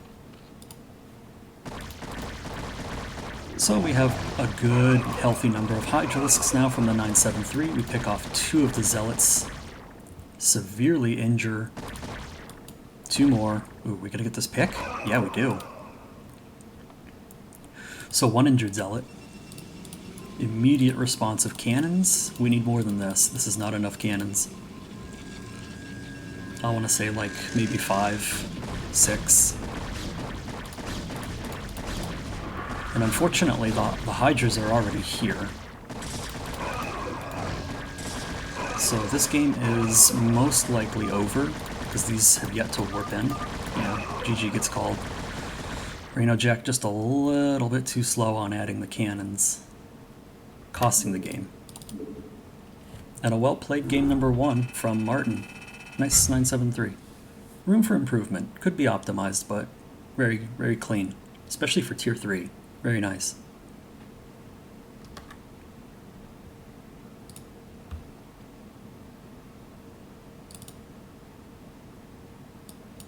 And also, you're the first one to put a point on the board for your team. Doo-doo-doo-doo. There it is. That'll bring us into game number 2.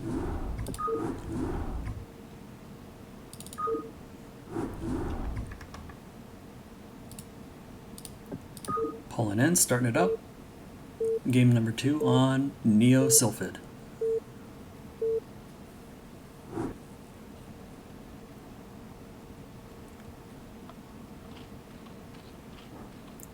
Okay, spawning in the top center is the teal Zerg. It's going to be martingb, aka Genesis 7. And spawning in the lower right corner as the orange Protoss, it is Brainojack.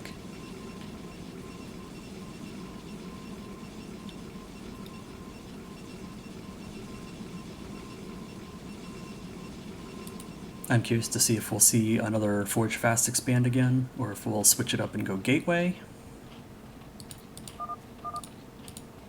Oh, a little bit of lag.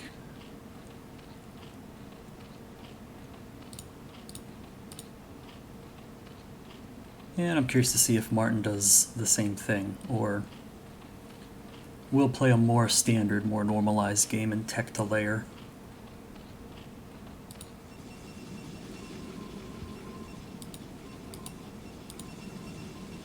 Interesting that the first pylon is here and not here.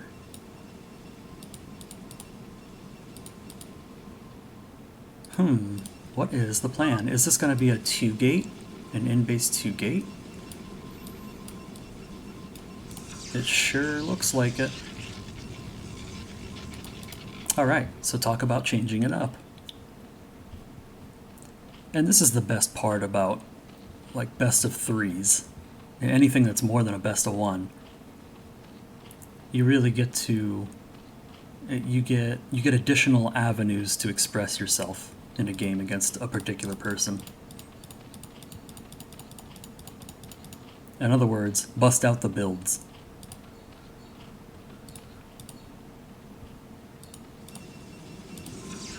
Yeah, so this will be in-base 2-gate. The tasteless favorite. Ah, excellent. And we have 3 pairs of Zerglings coming out of this overpool. Can we get this hatchery down? Nope, Brainojack doing a good job blocking and can easily take this fight. Alright, Martin gonna send out another drone, contest this.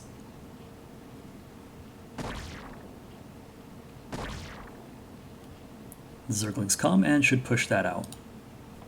Turn around, drop the gnat, and push out.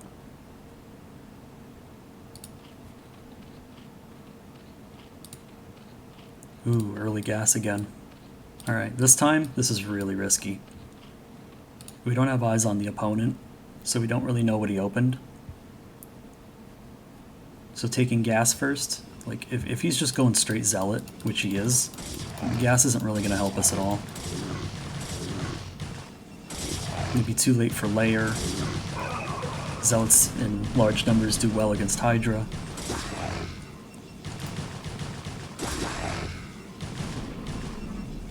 Okay, pro picks are good. Third down as well. And droning. Okay.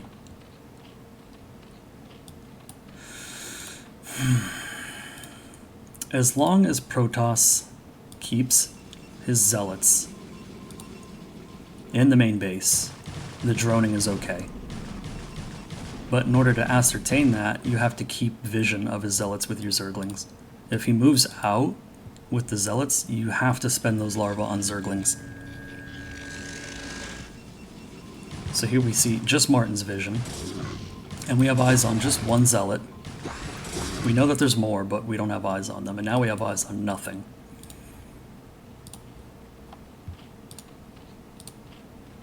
Okay, and we go Hydra Den again. I don't know about that this time. Okay, producing drones. How many zealots do we have? 2, 3, 4, 5, 6.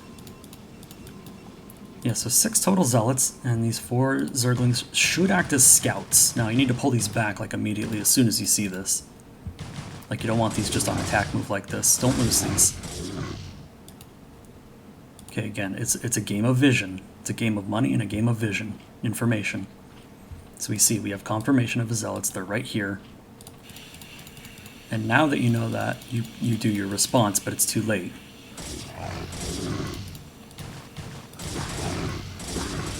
So they could choose to fight and take this down. They could walk past it if they want. Protoss is holding all the cards here. Good cancel, save that money. Good pull, get out of there. And pull all the way back. There we go. There we go. Okay, some coming up in the main. Yeah, unfortunate but necessary. Zerglings, yes, correct. Okay, we don't want to engage yet. We want to wait for the sunken. As long as Protoss isn't trying to get your drones, like you could take these and pull them over, and wait for this to finish, and then fight with the Zerglings on top of the sunken, just like this. Good pullback, yeah. So unfortunately, you're most likely, in this case, as Zerg, going to lose this natural. Well, actually, you have enough Zerglings here to save it. Because he's not fighting. So he's losing zealots. More being reinforced. I'm actually surprised there's not more behind this reinforcement, but 3 more coming. This is enough Zerglings to fight this, though. And, in fact, you should continue producing Zerglings. Yeah, more and more. And the reason you should continue producing Zerglings is because you know he opened 2 gate. So his tech's going to be behind and his natural's going to be behind. Really, he's mostly just relying on zealots.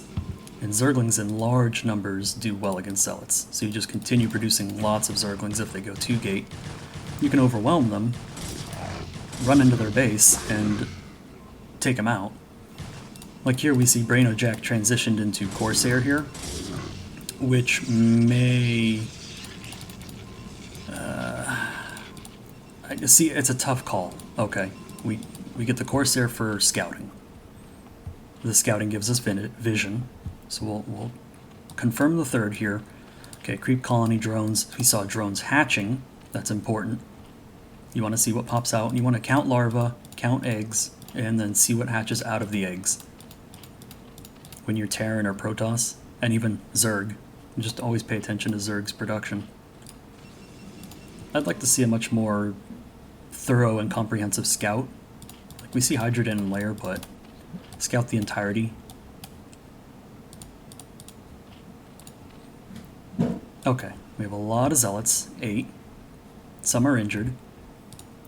And a good healthy number of speedlings. I'm not entirely sure why we're falling back. If anything, we should be maybe soft contained concaving here to see and watch for move outs, and maybe trying to sneak a Ling in to see tech.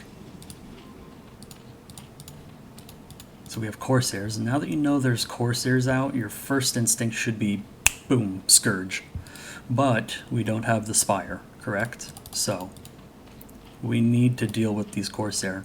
They're going to find the Overlords, and they're going to snipe them. So you have one of 2 options. 1, start producing Hydras now and get their upgrades, or 2, drop a Spire, start producing Scourge, but if you do that, you'll need to make Spore Colonies.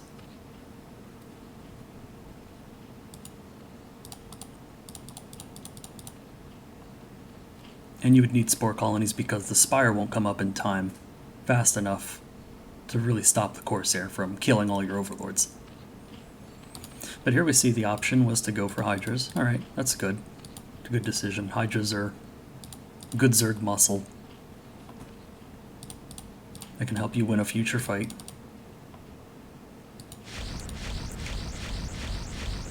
Yeah, looks like this is going to be a free pick here. Puts Zerg at 49 out of 51. We don't have any of the Hydra upgrades yet.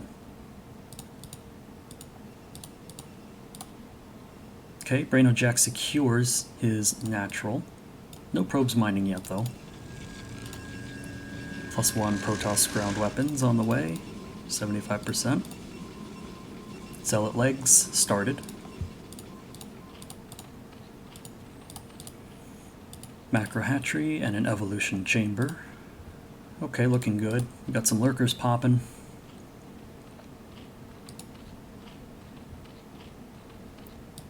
Plenty of drones. There are actually more drones than there are probes. That's terrifying. So we have 7 here. That's good. 5, 6, we're 3 short here. And we have 9 here. A little too many. So saturation's not bad, but could be better. The drone count is very nice though. It's healthy. You have 2 gases. I'd like to see this at 9. I really would. We got 2 Corsair here getting a nice scout off. Other than that, it's just Zealot City over here for Protoss. Templar Archives going up. Additional gateways. +1 missiles for Zerg. Good, good. Macro hatch pops. Overlord speed, good. More lurkers, good. And +1 speed lots out, making their patrol. Probably going to contest this 3rd base here.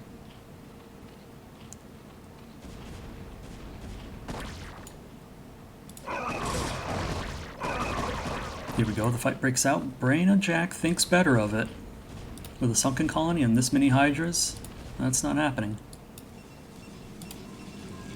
Lurkers making their way down here to the natural, forming a light contain.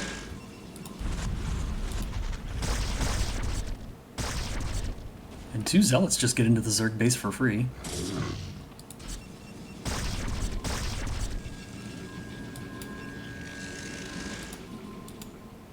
We still don't have Hydra speed, unfortunately.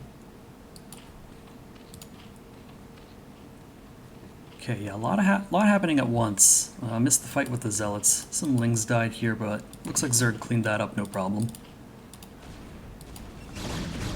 The push begins. Do we have Storm? We do not. Even if it's researched, neither of these Templars have enough energy.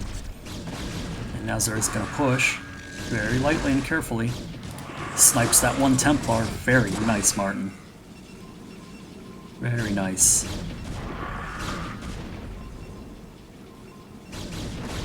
Goes up for another push. Brings the lurkers this time. Burrows them. Very nice. Yeah, gotta catch these Zealots.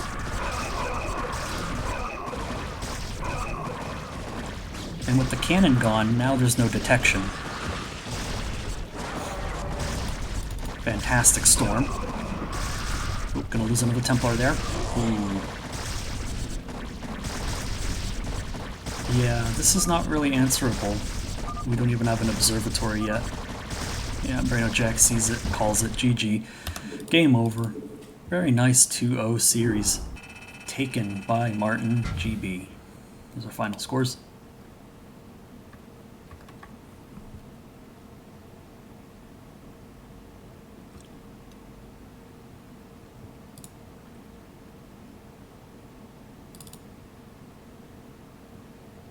And we'll put another point on the board for Martin here. 2-0. Mark that lettuce attack, gets another point in their totals here. For winning that series, and that brings us to our last series for this cast today, which will be between SHimmer, the Protoss player, and DeadDumble, the Zerg player.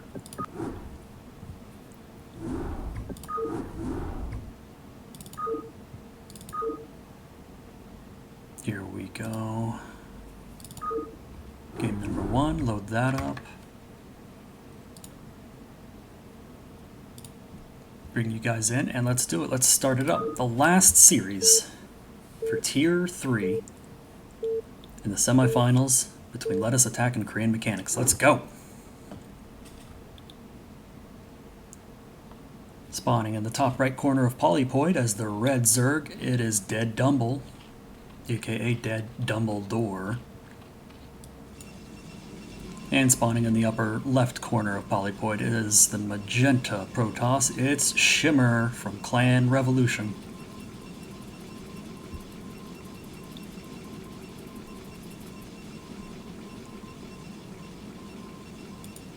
So immediately on the opening we have the Overlord scouting in the correct direction.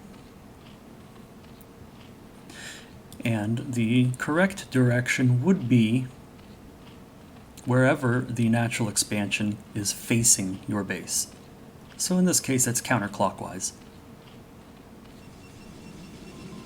Whereas we have the spawning base here and then the natural points towards your base. So you send your Overlord in that direction.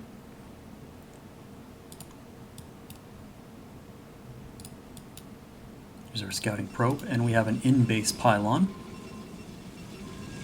I think that usually telegraphs in-base to gate, yeah? We'll find out here what SHimmer wants to do. DeadDumble, on the other hand, going to go for an overpool.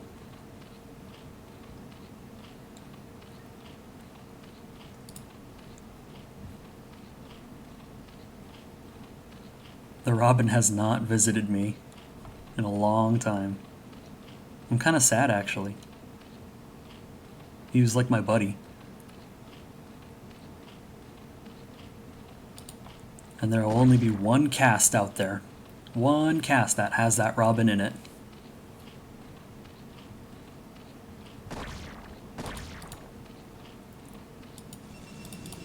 Okay, yeah, so we have 2 gate in base here for SHimmer. Very, very aggressive opening. Scouts already confirmed the location of Zerg's base.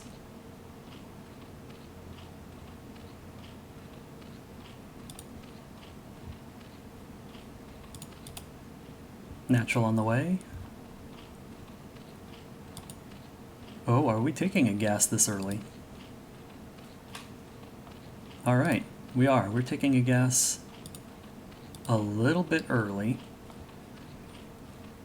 For those that would like to know, for the standard opening of taking three hatches and then gas, 237. This was around 220 something. Okay, so we have 4 Zerglings on the field, 2 back here for a total of 6, 2 more hatching here for a total of 8, 2 more hatching here for a total of 10.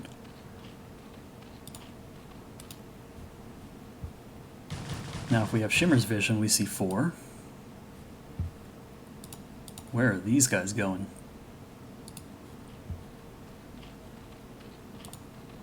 So we see 4, 6. That's enough to worry. 8. Okay, now red flags should be going off in your head. Why would a Zerg player make this many Zerglings? So, back at home. Alright, 3 Zealots holding the ramp. Now 5 Zealots.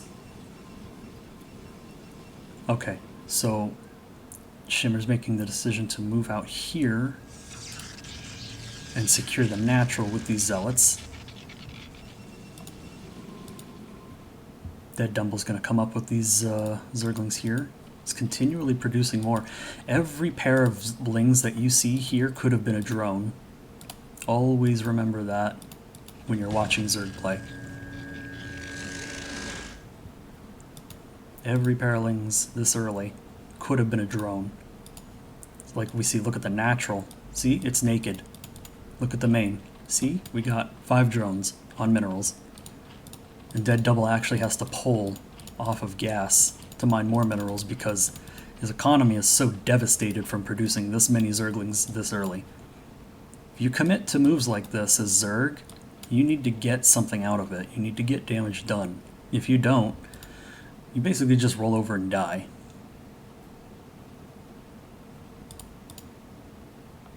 So we see DeadDumble's reaction from scouting the number of Zealots that SHimmer has. I like it. Okay, so we traded 1 Zealot to get 6 zealots into the main. I like it a lot. Paying attention on this fight. These 3 zealots need to be fighting the zerglings. Yeah, they spent way too long trying to take down the Hydra Den. Alright, so that was a little uncoordinated on the zealot side. And Hydralisk Den is not really valuable tech. It builds quickly, and it's 100 minerals, 50 gas. It's not valuable. It's easy to replace. So I don't think it's ever really worth targeting a Hydralisk Den, unlike a Spire. Okay, and it looks like these cannons will be up in time to defend this.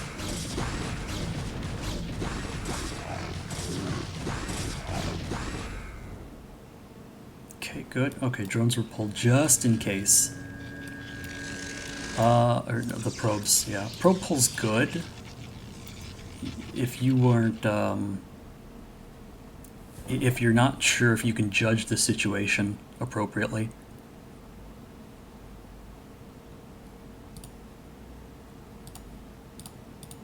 And now we're starting to see DeadDumble drone up a little bit. He even produced a Hydralisk here. Yeah, if SHimmer just relaxes and macros here, he just wins. Like, it's just, yeah, I mean, you're so far ahead. We're 21 workers to 14, and we have higher tech. Corsair already on the way.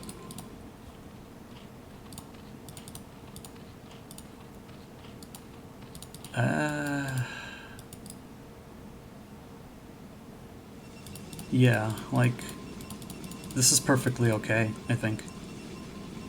Delaying the Nexus and getting troops instead. I think because of how beaten down DeadDumble is, yeah, this could be a pretty strong push, especially with the Dragoons here. And the Corsair can just harass behind and pick off the Overlords. The thing is, this has to work. Otherwise, you kind of even the game out. And Zerg can get back in it.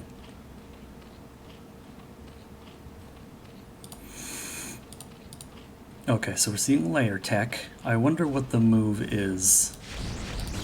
DeadDumble. Okay, going to lose an Overlord here. That's very, very painful.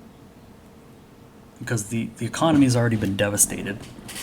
And now the max army size is 18 for Zerg. 7 minutes, 40 seconds in.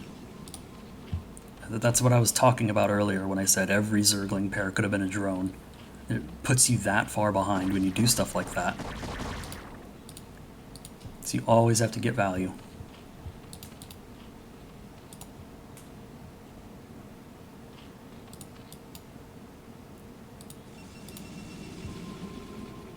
Okay, at this point I think I'd really like to see a Nexus.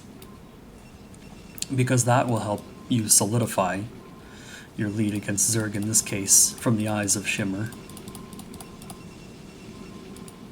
Gonna pick off another Overlord here. Very good job combing the map and looking for them. That's gonna lock up DeadDumble, 26-26.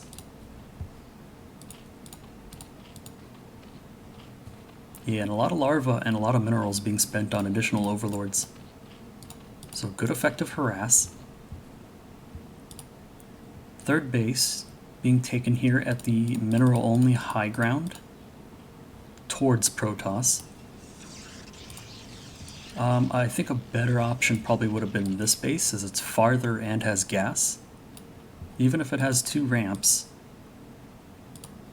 this might be a little too difficult to defend when you're this far behind economically. Like, we spent a lot of time just droning up, so we've kind of caught up. We're at 21 drones against SHimmer's 27 probes.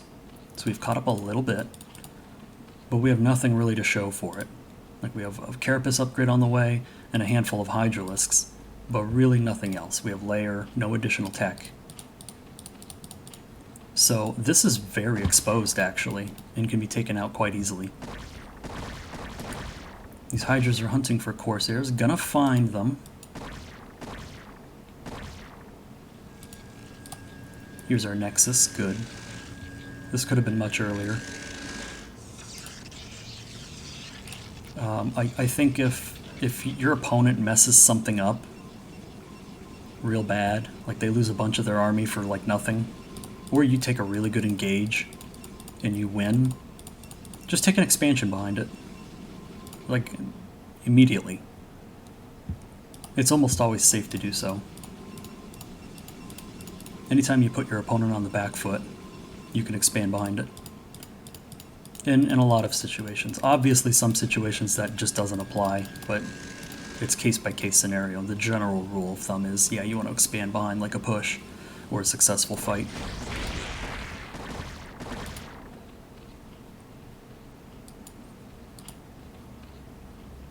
Alright, so Zerg's starting to field a pretty healthy number of Hydralisks. We're getting a little careless with the Corsair here, losing 2 of them. But the core's not spinning, we don't have +1, so we're not like fully committed to going Corsair, we just got a couple. And I like that SHimmer's not fully committing to getting the Corsair, because the Hydralisk coverage is pretty substantial now. What we need at 11 minutes in the game, what we need are some damn storms. Okay, here it is. Here it's being researched.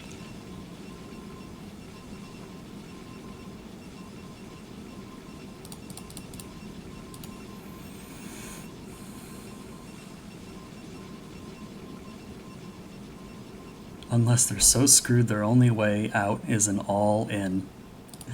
Yeah.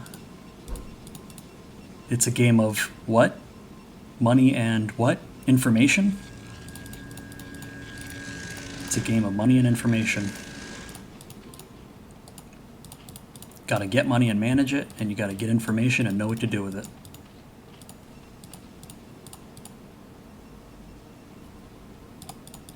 Okay, so we have some lurkers coming out from DeadDumble. This is very good. This will help hold the forward position. Templar's now being fielded by SHimmer. Good. Is the forge really in the way, though? Yeah, it's really not. Alright, so we see Lurker. So, Lurker, first thing that pops in your head, observers. Do we have them? Okay, we don't even have a robotics facility. Alright, so that's pretty bad, but maybe we can buy some time. All you have to do is just sit back here. You already have cannons, lots of cannons. Just pull back, don't lose these for free. Pull back, hold, try to hold the line, use your storms in case they push. Drop your robotics, then drop your observatory, get an observer out. Then you can push out using Dragoons and Storm.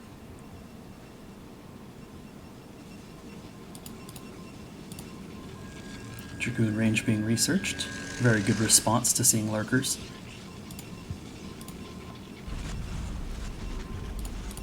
Alright, so if we're not getting a robotics, we're not going to have observers, which means the only way we can effectively deal with these lurkers in this huge contained lurker field is by either storming them by guessing where they're at, or seeing where their spines are, and relying on the storms to kill them, or somehow transporting your army.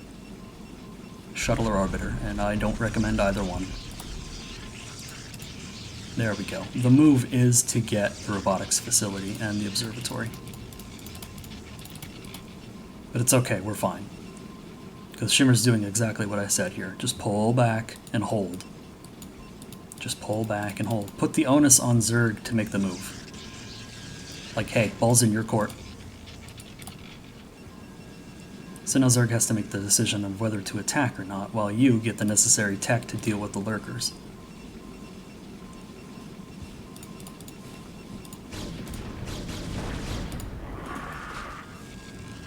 Zerg testing the waters a little bit. Protoss also testing the waters a little bit.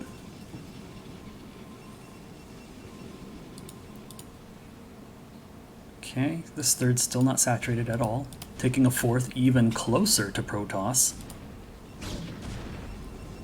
In this case, this is okay because we already have this contain established. And it arcs into the expansion and covers it. It's already defended. So this is actually this is prime real estate right here for Zerg. The only thing that would really threaten this is a shuttle drop.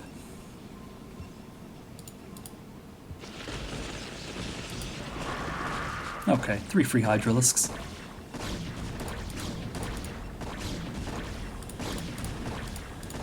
I think I'd try to aim for like 5 minimum with a storm. I guess 4 is okay. Oh, I like the cannon here. That's really cute. Where are we at? Okay, +1 weapons, +1 armor. That's good. Take a look at Zerg's upgrades. +1 carapace. +1 missile attack on the way. Another base setup here, but not saturated. And SHimmer booting up this bottom left base here with some gateways. Little sneaky, almost like this was a PVT.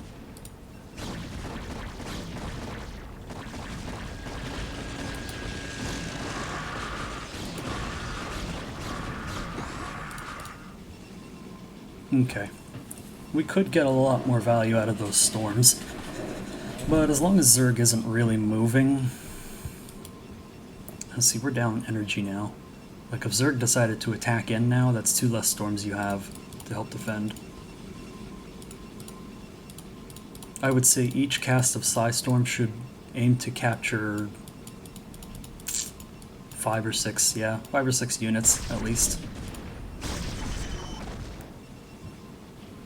Or lurkers. Lurkers are fine too. You can storm lurkers. Yeah, like that's... If you have plenty of storm, that's okay. If you don't have a lot of storm, it's probably better to just hold on.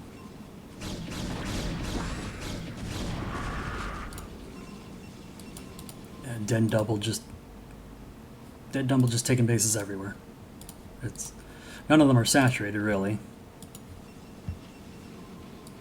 but we're taking territory. Upgrade tech here, okay, +1/+1. Queen's Nest on the way.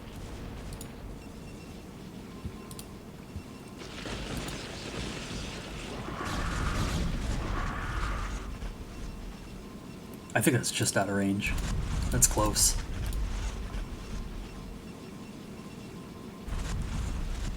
Alright, so when you have a contain that's this heavy, this thick, we have a couple of options. Alright, so we have observers out now. That's good. You could try to poke your way out with dragoons and storms. I suppose you could also introduce Reaver, but we don't really have the money for that right now. We're about to mine out in the main. 2,000 left in this gas. No, this is not the move.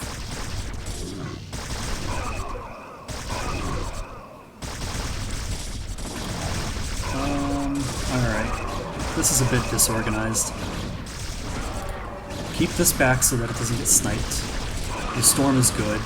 Put a second one right here. Follow it up. Alright, lost the Templars. The Dragoons should lead, that way they can pick off the Lurkers. Take the fight. Back up a little bit. Just fight along the edges.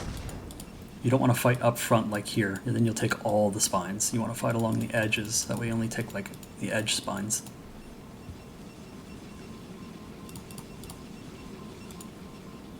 Alright, well here's the good news for Protoss. Bottom left has 5 gateways now, full production, and we've got some probes here. This needs to be on full blast, this Nexus. This needs to be saturated. Go, go, go, workers, come on. Reinforcing Hydras making their way in. Hydras have +1/+1, and they're 4 pseudo lurkers.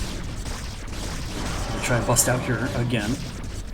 This is where you want to back these out and storm this. The storms are really for the Hydralisks. Yeah, see, we need more storm. High Templar's good. All game. Protoss versus Zerg, all game long. High Templar production. Psionic Storms. All game. Ah, yeah, see, these observers were too far forward. They just got picked off so easily.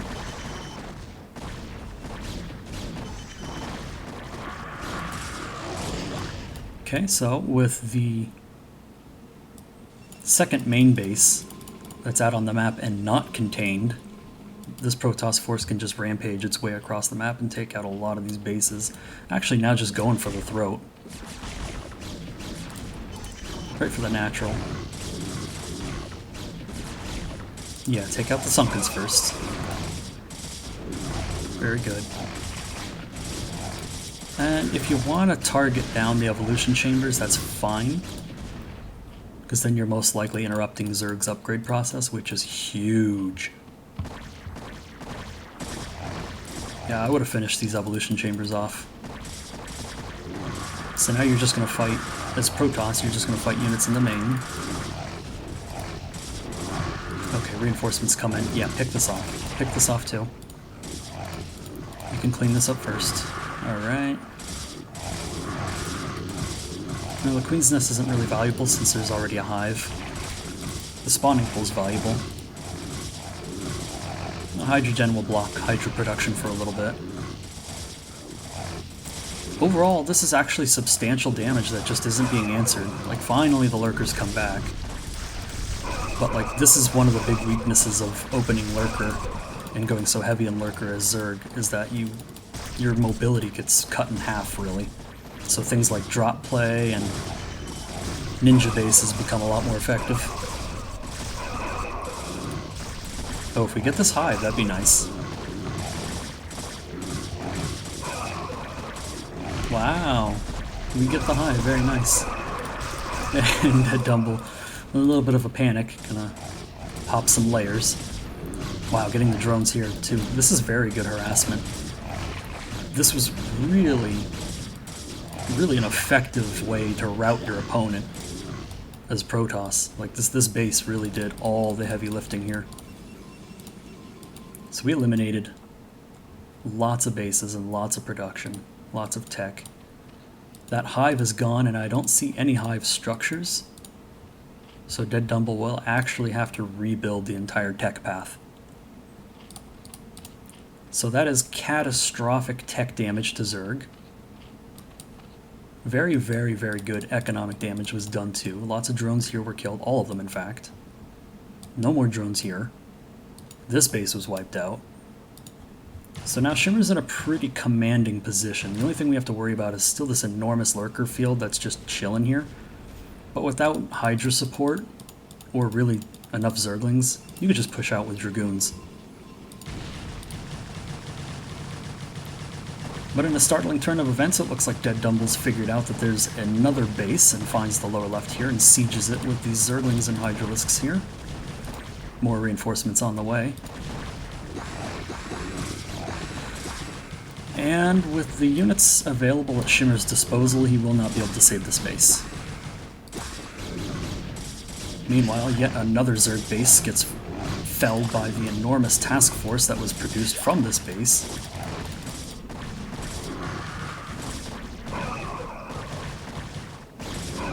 Well, would you look at that? It looks like Protoss will clean this up.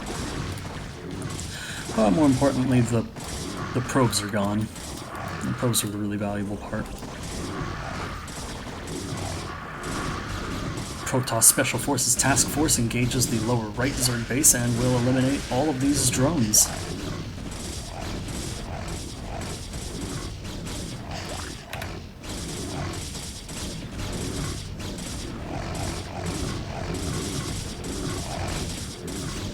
Not only that, but SHimmer is also successfully starting to bust out and reduce the effective lurker count that's in the contain.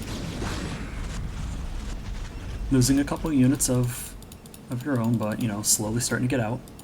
This base is gone.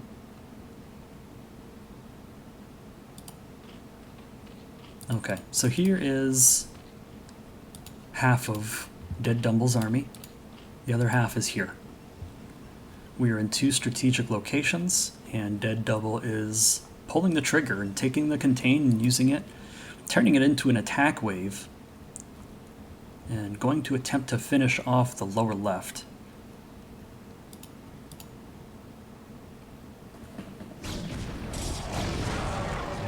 Okay, get one free lurker pick. 2. 3. And And that goes down. We need some detection here.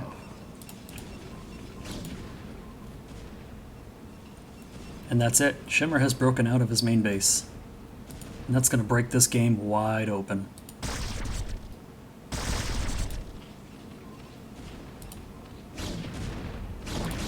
So many lurkers.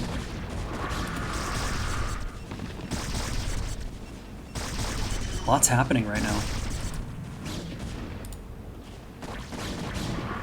Nice storms. Ooh. Oh, yeah.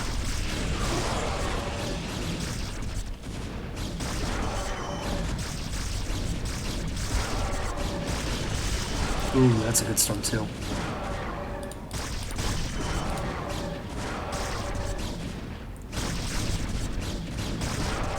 So yeah, at this point, Shimmer should convincingly seize the rest of the game. Having sieged the natural here, this is basically the rest of what DeadDumble has. Yeah, gonna pass out of the game. This 12 o'clock wasn't saturated super well, so that's gonna be it. DeadDumble's gonna drop out of that one, and Shimmer's gonna take a game. It's gonna take game number 1 on Polypoid. Here's the score screen. Fat, beefy scores for a nice long game.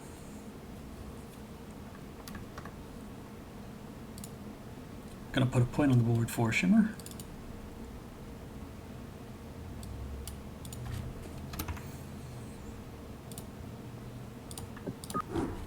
And that puts us into game number 2 on Neosulfid for the last series of today's cast.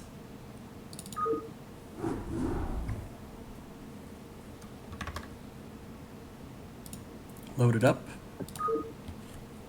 Firing it up.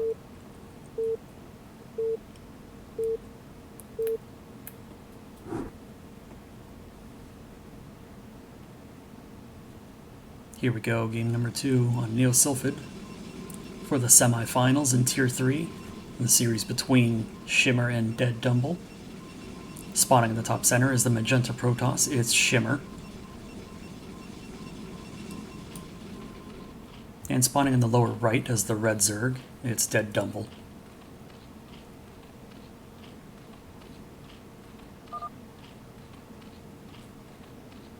And with the utmost manners, Shimmer declares, good luck, have fun.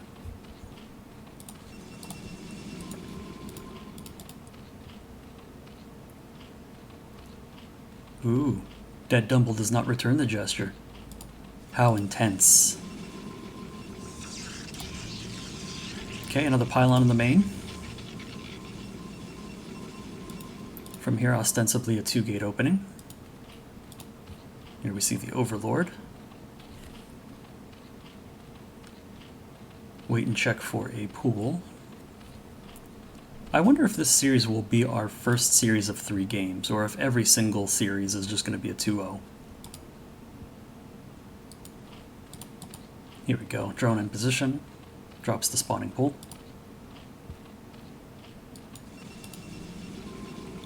Gateway number 1 for Shimmer.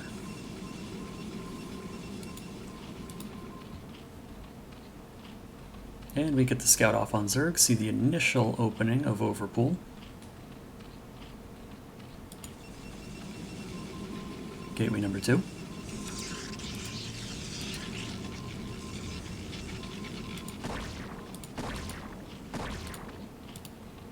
And a little bit of a worker fight, but Shimmer thinks better and pulls away. Doesn't want to risk it.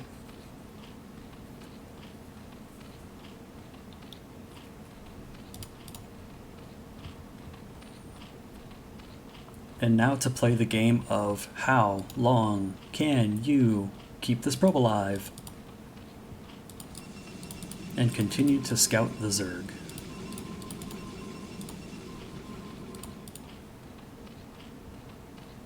And this is easy mode. Hard mode's when the Zerglings hatch.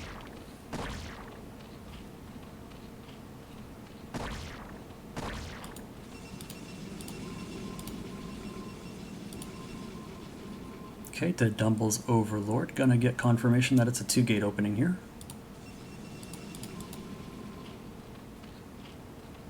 DeadDumble going for the gas. Perhaps a 2-base play. Or perhaps just an early gas before third hatch. And unfortunately, Shimmer's going to lose that probe and will now be blind to Zerg.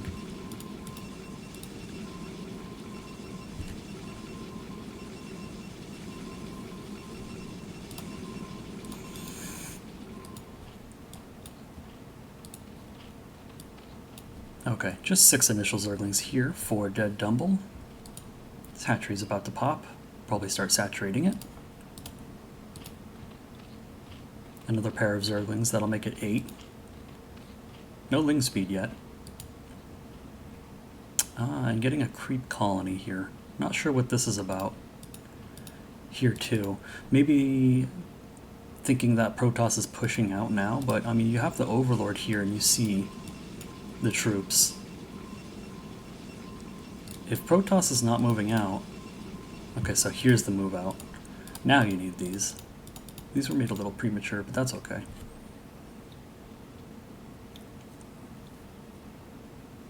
Now the whole point is to be responsive.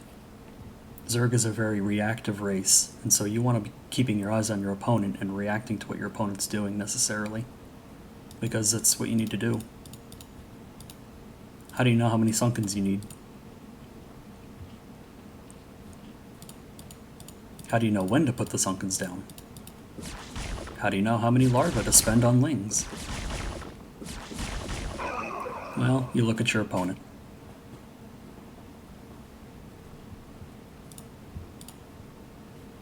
Okay, so we have a good number of Zerglings here. And with 2 Sunkens, this will defend 2-gate pressure, no problem. But the problem here is that DeadDumble is stunting his economy severely to do this. We're just now resuming drone production. And Shimmer's already 5 probes ahead. And I think at this point, you should both have more. Constant worker production. In general. For like the first 10 minutes of the game. In general. Just generalized. Should be constant.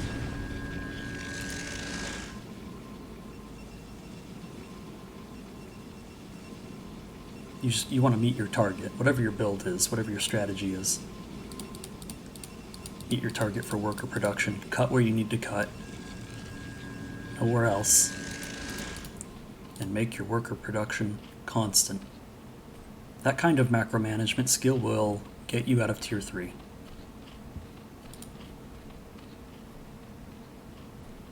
If you're Terran or Protoss, good consistent, clean worker production. If you're Zerg, knowing when to do a droning round.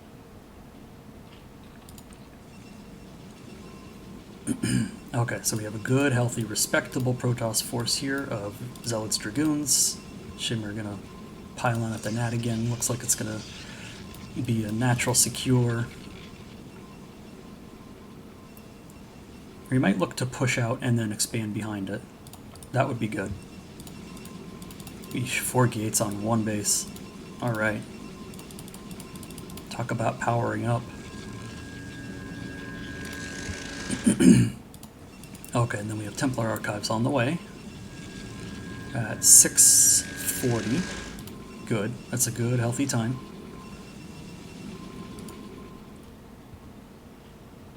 Need to see Psionic Storm booting up. More Sunkens on the way. So if you run into Zerg like this and you see this, just back up. Don't force this. This is the wrong call. Back up. Don't force this. It's fine. So what we understand here is that Zerg has this many Sunken colonies, and they made that many Zerglings. Well, each one of these costs a drone, and all of those Zerglings could have been drones. Just by seeing this, you can back up and know that you're comfortable. And know that you're alright. Because what does Zerg have? There's no layer tech. There's an evolution chamber that's not doing anything. There's a Hydralisk den that's not doing anything. There's just Zerglings and Sunkens. Like this early on. You see something like that? Just chill. Take a base. tech up. Do what you want to do, but don't run into that.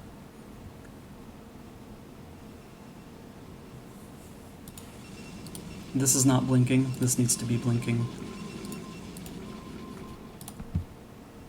This should probably be +1ing.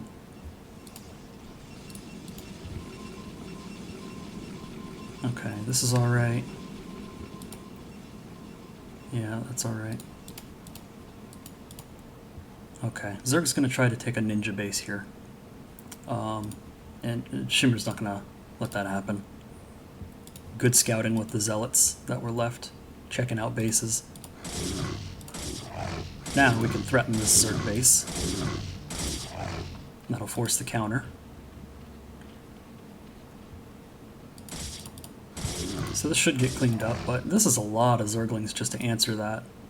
I'd send maybe 4 Zerglings. And then maybe pull some of these down here to intercept and look for reinforcements. Because all these Zerglings are here now, and not here. And if Protoss had like a huge bust ready, now would be the time to go in and bust. That's not the case, of course, but just theory crafting.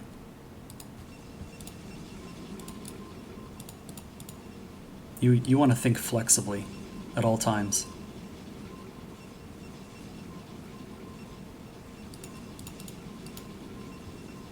Oh, excellent. Got Grassed in the chat dropping some knowledge. That's nice, I'll share that.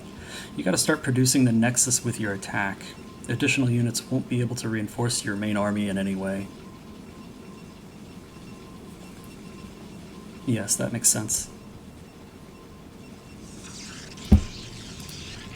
Okay, so now we have an Archon and some Templars.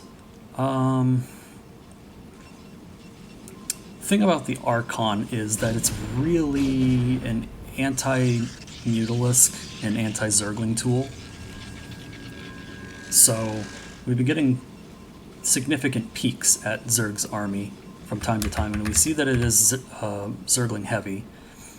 So that's good, but we could just get +1 Zealots and some High Templars with Storm and be able to flush all the Zerglings out. So if there's not Mutalisks, then I don't think we really need the Archon. This would have been better off as just 2 High Templars for storming.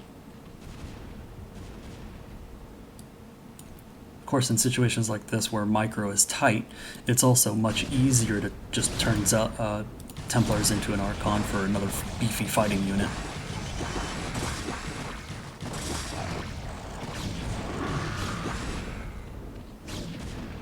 So this base is toast.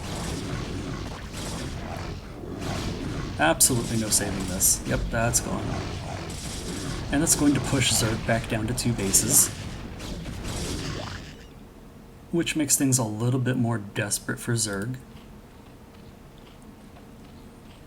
The more time that Zerg spends on 2 base layer tech, the more all-in this becomes.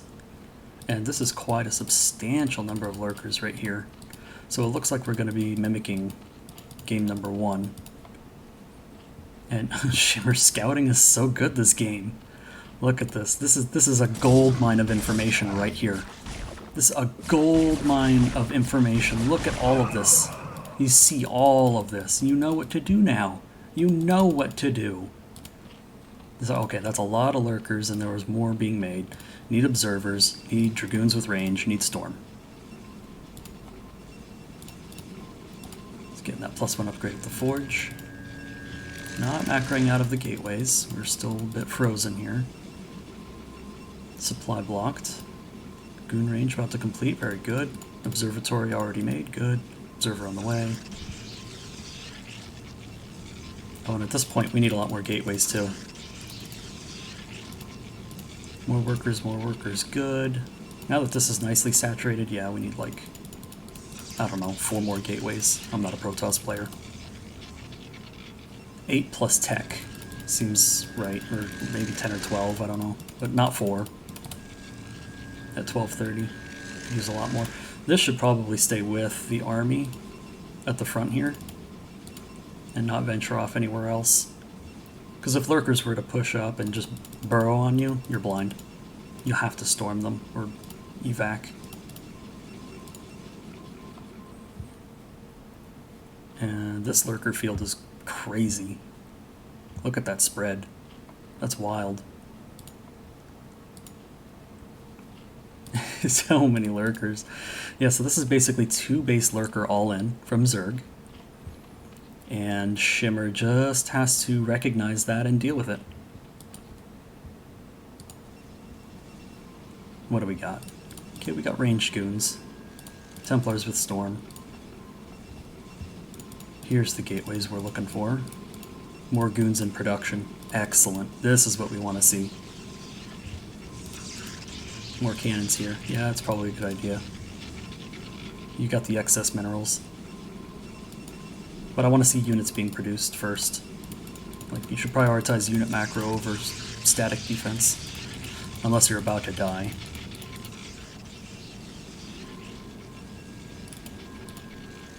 Okay, third base being taken at the mineral only third.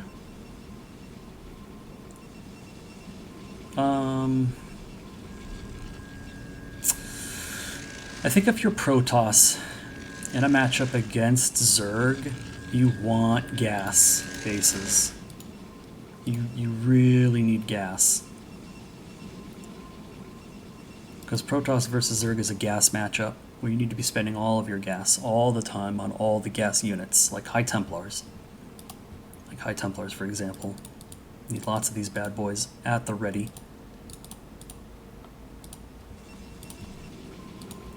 So I'd like to see maybe this base taken, or even this one.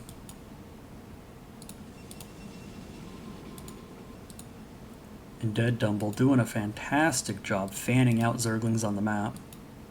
Eyes on bases.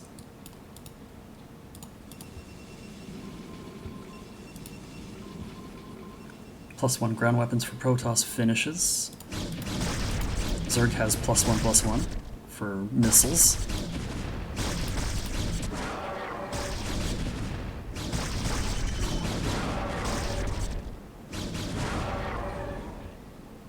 And SHimmer going to start aggressing out onto the map a little bit, seize back some territory, but we'll run into these lurkers here, so this will slow Protoss down quite a bit.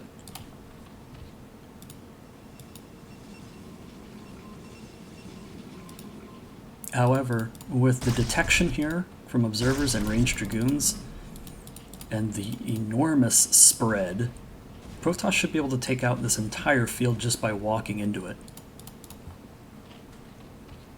With a big balled up army, because this is spread very thin. Like, this is almost too far. It's too far apart, I think. Needs to be a little more condensed. All Protoss has to do is just ball up and run in.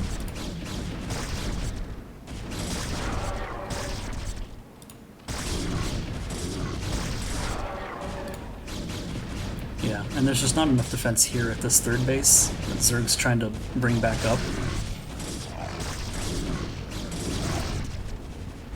Good lurker counter here at this would-be fourth. This should be cancelled.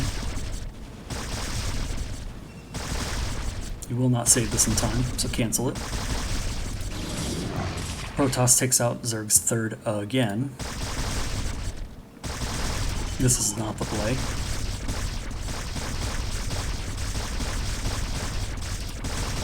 Should have canceled this. He just lost 500 minerals for nothing. Here's the observer. And once these lurkers get dealt with, right here, the game just completely spills into Protoss's lap, I think. Oh, that's sloppy. We don't want to lose High Templars.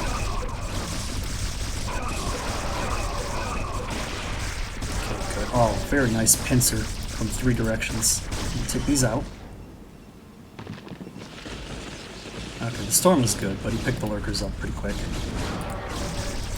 Alright, so Protoss will clear these lurkers out and seize control of this quadrant of the map. Zerg's still kind of tucked into their corner. We still only have 5 drones on minerals in the main, but absolute full saturation in the nat. Zerg is 1000% all in at this point, continually producing lurkers.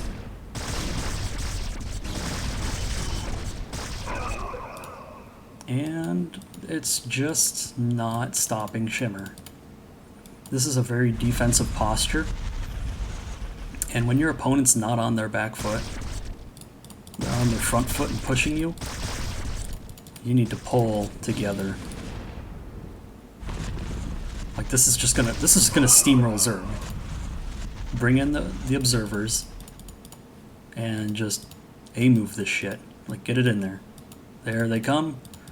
Okay, ready, go. Like send the observers in. Take a peek, see. Oh, wow, I see nothing but lurkers and they're kind of spread far apart. And then just A-move in.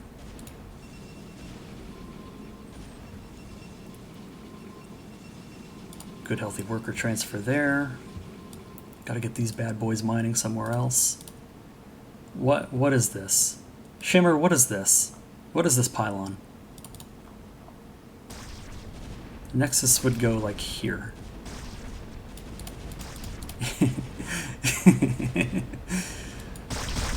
Alright, so here's the A move I'm talking about. Yeah, it's just as easy as this. You just plow right through it. It's stretched too far. So good on SHimmer for recognizing this and making the play.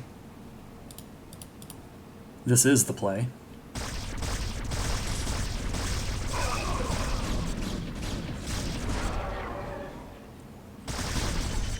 Gotta be careful with our angling though.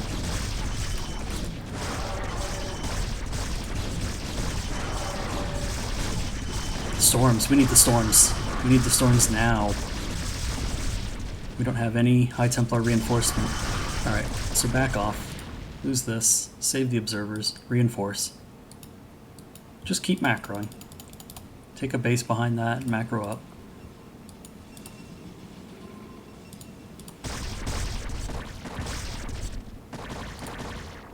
Aye. Losing a goon for free. That sucks.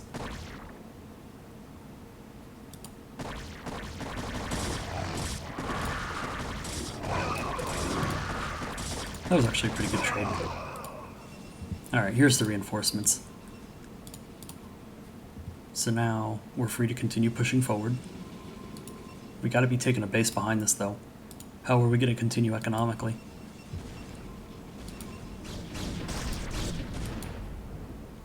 Let's take a look at Zerg's base. Hive tech's up now. Still only on 5 drones on minerals. We need more. This should be at 9. Well, not anymore now that patches are mined out. Yeah, we gotta take at least 2 more bases as Zerg.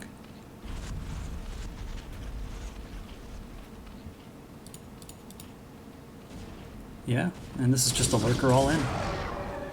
That's slowly being beaten back.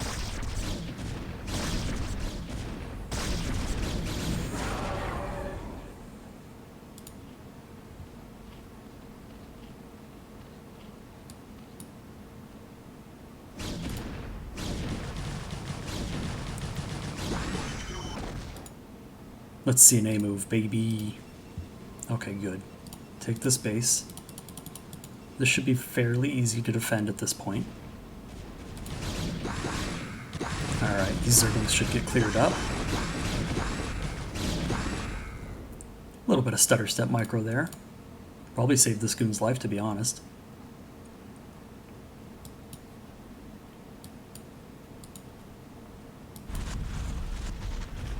And more lurkers trying to push their way out again. But I don't know... I just don't know what the end game is for Zerg here in this situation.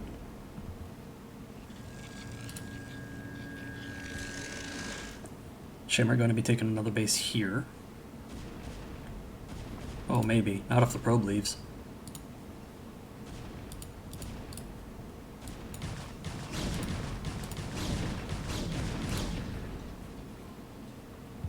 Yeah, there's no end game here for Zerg. It's this amount of army here needs to work and win, or that's it. And throwing these Hydras away like this is not the play. Here we go. Yeah, keep the overlords, or I mean the observers. Keep them forward. And then we just kind of slowly push our way through.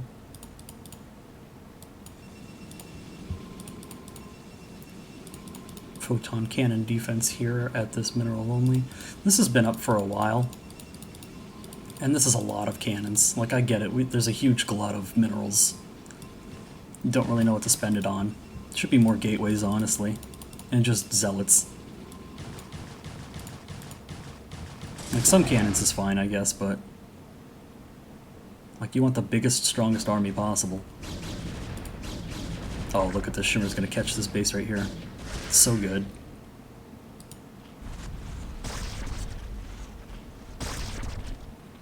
And just more lurkers. Just more lurkers. And really, really trying to secure a third base. And it's just not going to work. Like, look at the worker discrepancy. We have 54 probes to 19 drones.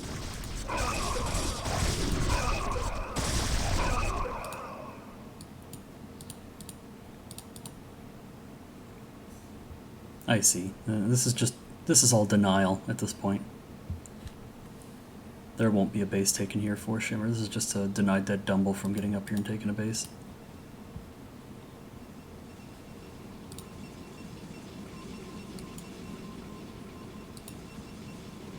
Yeah, definitely need more gateways. And more upgrades too. +2 weapons is good. We need armor. Like +1 armor. Now. More High Templars. That's great. Of course. Yep. You have a lot of High Templars. Alright, so SHimmer's looking like he's in a very, very, very commanding position. And definitely should not leave this game early under any circumstance.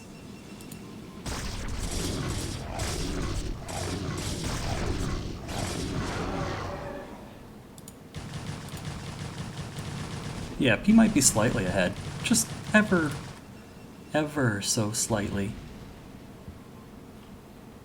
And that's absolute sarcasm. I just want this to be over. It's Lurker City. Like, what do you... There's no endgame. Another hatchery. No upgrades at the moment. 3 carapace, 1 missiles, 2 melee. Zerg bleeding more units.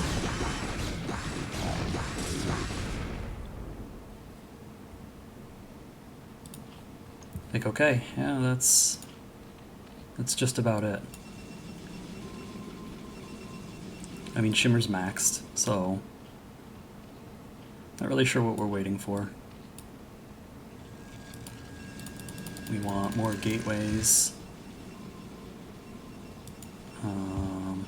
more bases, maybe put some robotics facilities down at some of your bases.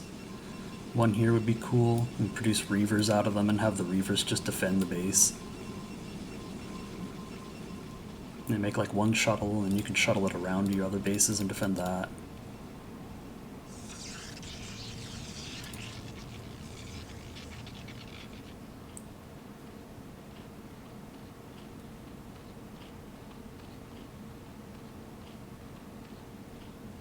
Yeah, I've never seen a game just so packed full of Zerglings and Lurkers. And some Hydras. Alright, looks like Zerg will eventually take back this lower left-hand base. Well, maybe not. As I say that, SHimmer shows the pure display of macro power by just chucking a large handful of zealots at it. Just throw zealots at your problems. A lot of the time it just works.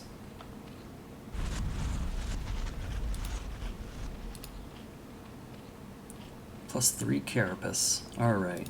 Do we have armor yet? No. Do we have anything spinning at the forge? No. Here's the support base, so we do have Reaver tech. I mean, Shuttle Reaver would be really good against all this, too.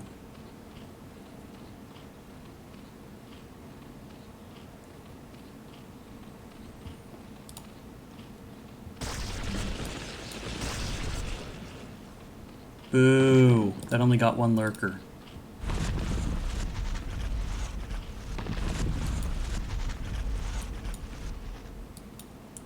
And yeah, the fields of war have gone silent.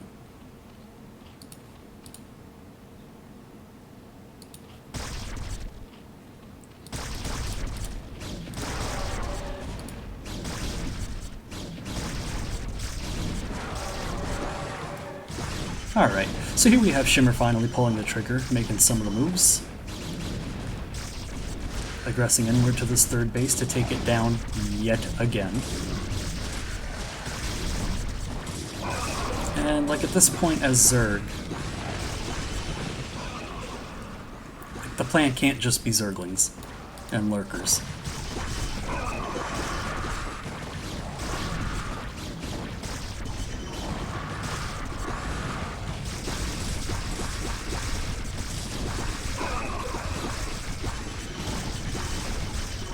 Okay, so yeah, we'll beat the Protoss forces back a little bit because Cracklings are really good against ranged Dragoons. We should be macroing in reinforcements, which we are very good. I'd still like to see a lot more gateways up here with all this space.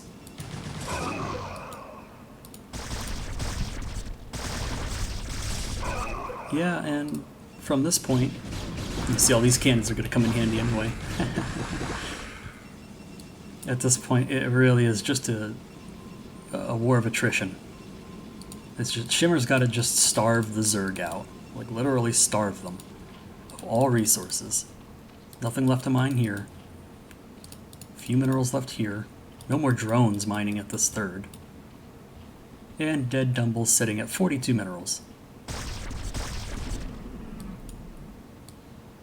How do you stay in this game?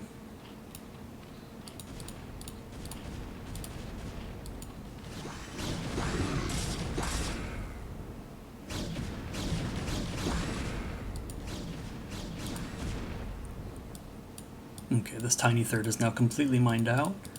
And remember, on Neosulfid, these pseudo-high ground thirds have drastically reduced resource counts.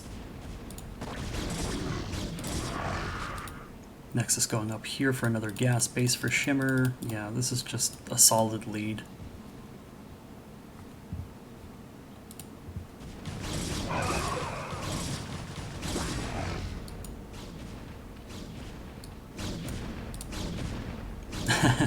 Yeah. Probably want to take a base there. That's a good idea. Ooh, don't lose your High Templar.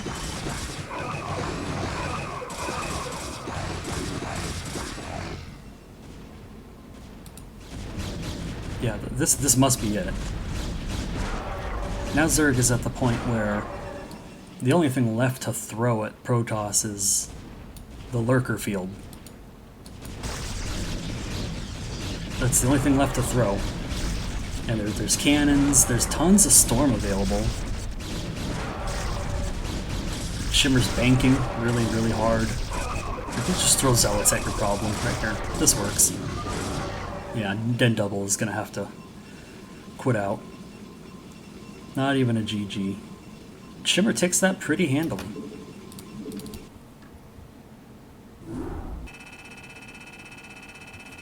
Beefy scores 31 minutes, 50 seconds.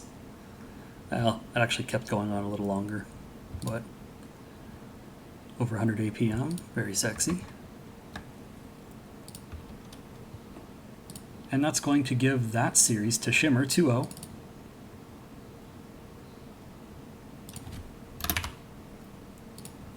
And we'll update the results so far. Give Lettuce Attack another point. They're on that board, and well, would you look at that? So the final result is 3-2, Korean Mechanics leading, and that takes care of Tier 3 for these two teams. And with the conclusion of this particular series, that will conclude the cast overall. We are done. That's all the replays that I've got today.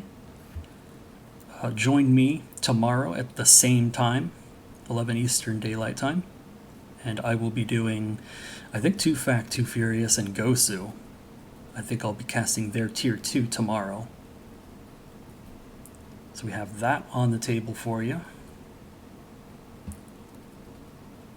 And we're just about out of the semifinals as far as casting goes, and we can begin casting the finals. I have a lot more time on my hands now that a particular life event happened to me that freed up some time, so I'm kind of happy about that. I get more time to cast now, so expect a few more casts out of me on a week-to-week basis as we finish up the coverage, and we'll get all the casting done. But that's all from me for today. Like I said, tomorrow, same time. I'll catch y'all guys on the various Discords that you're on, practice group, CPL, whatever. It's me, Forte. I'm signing out. Everyone, have a great day.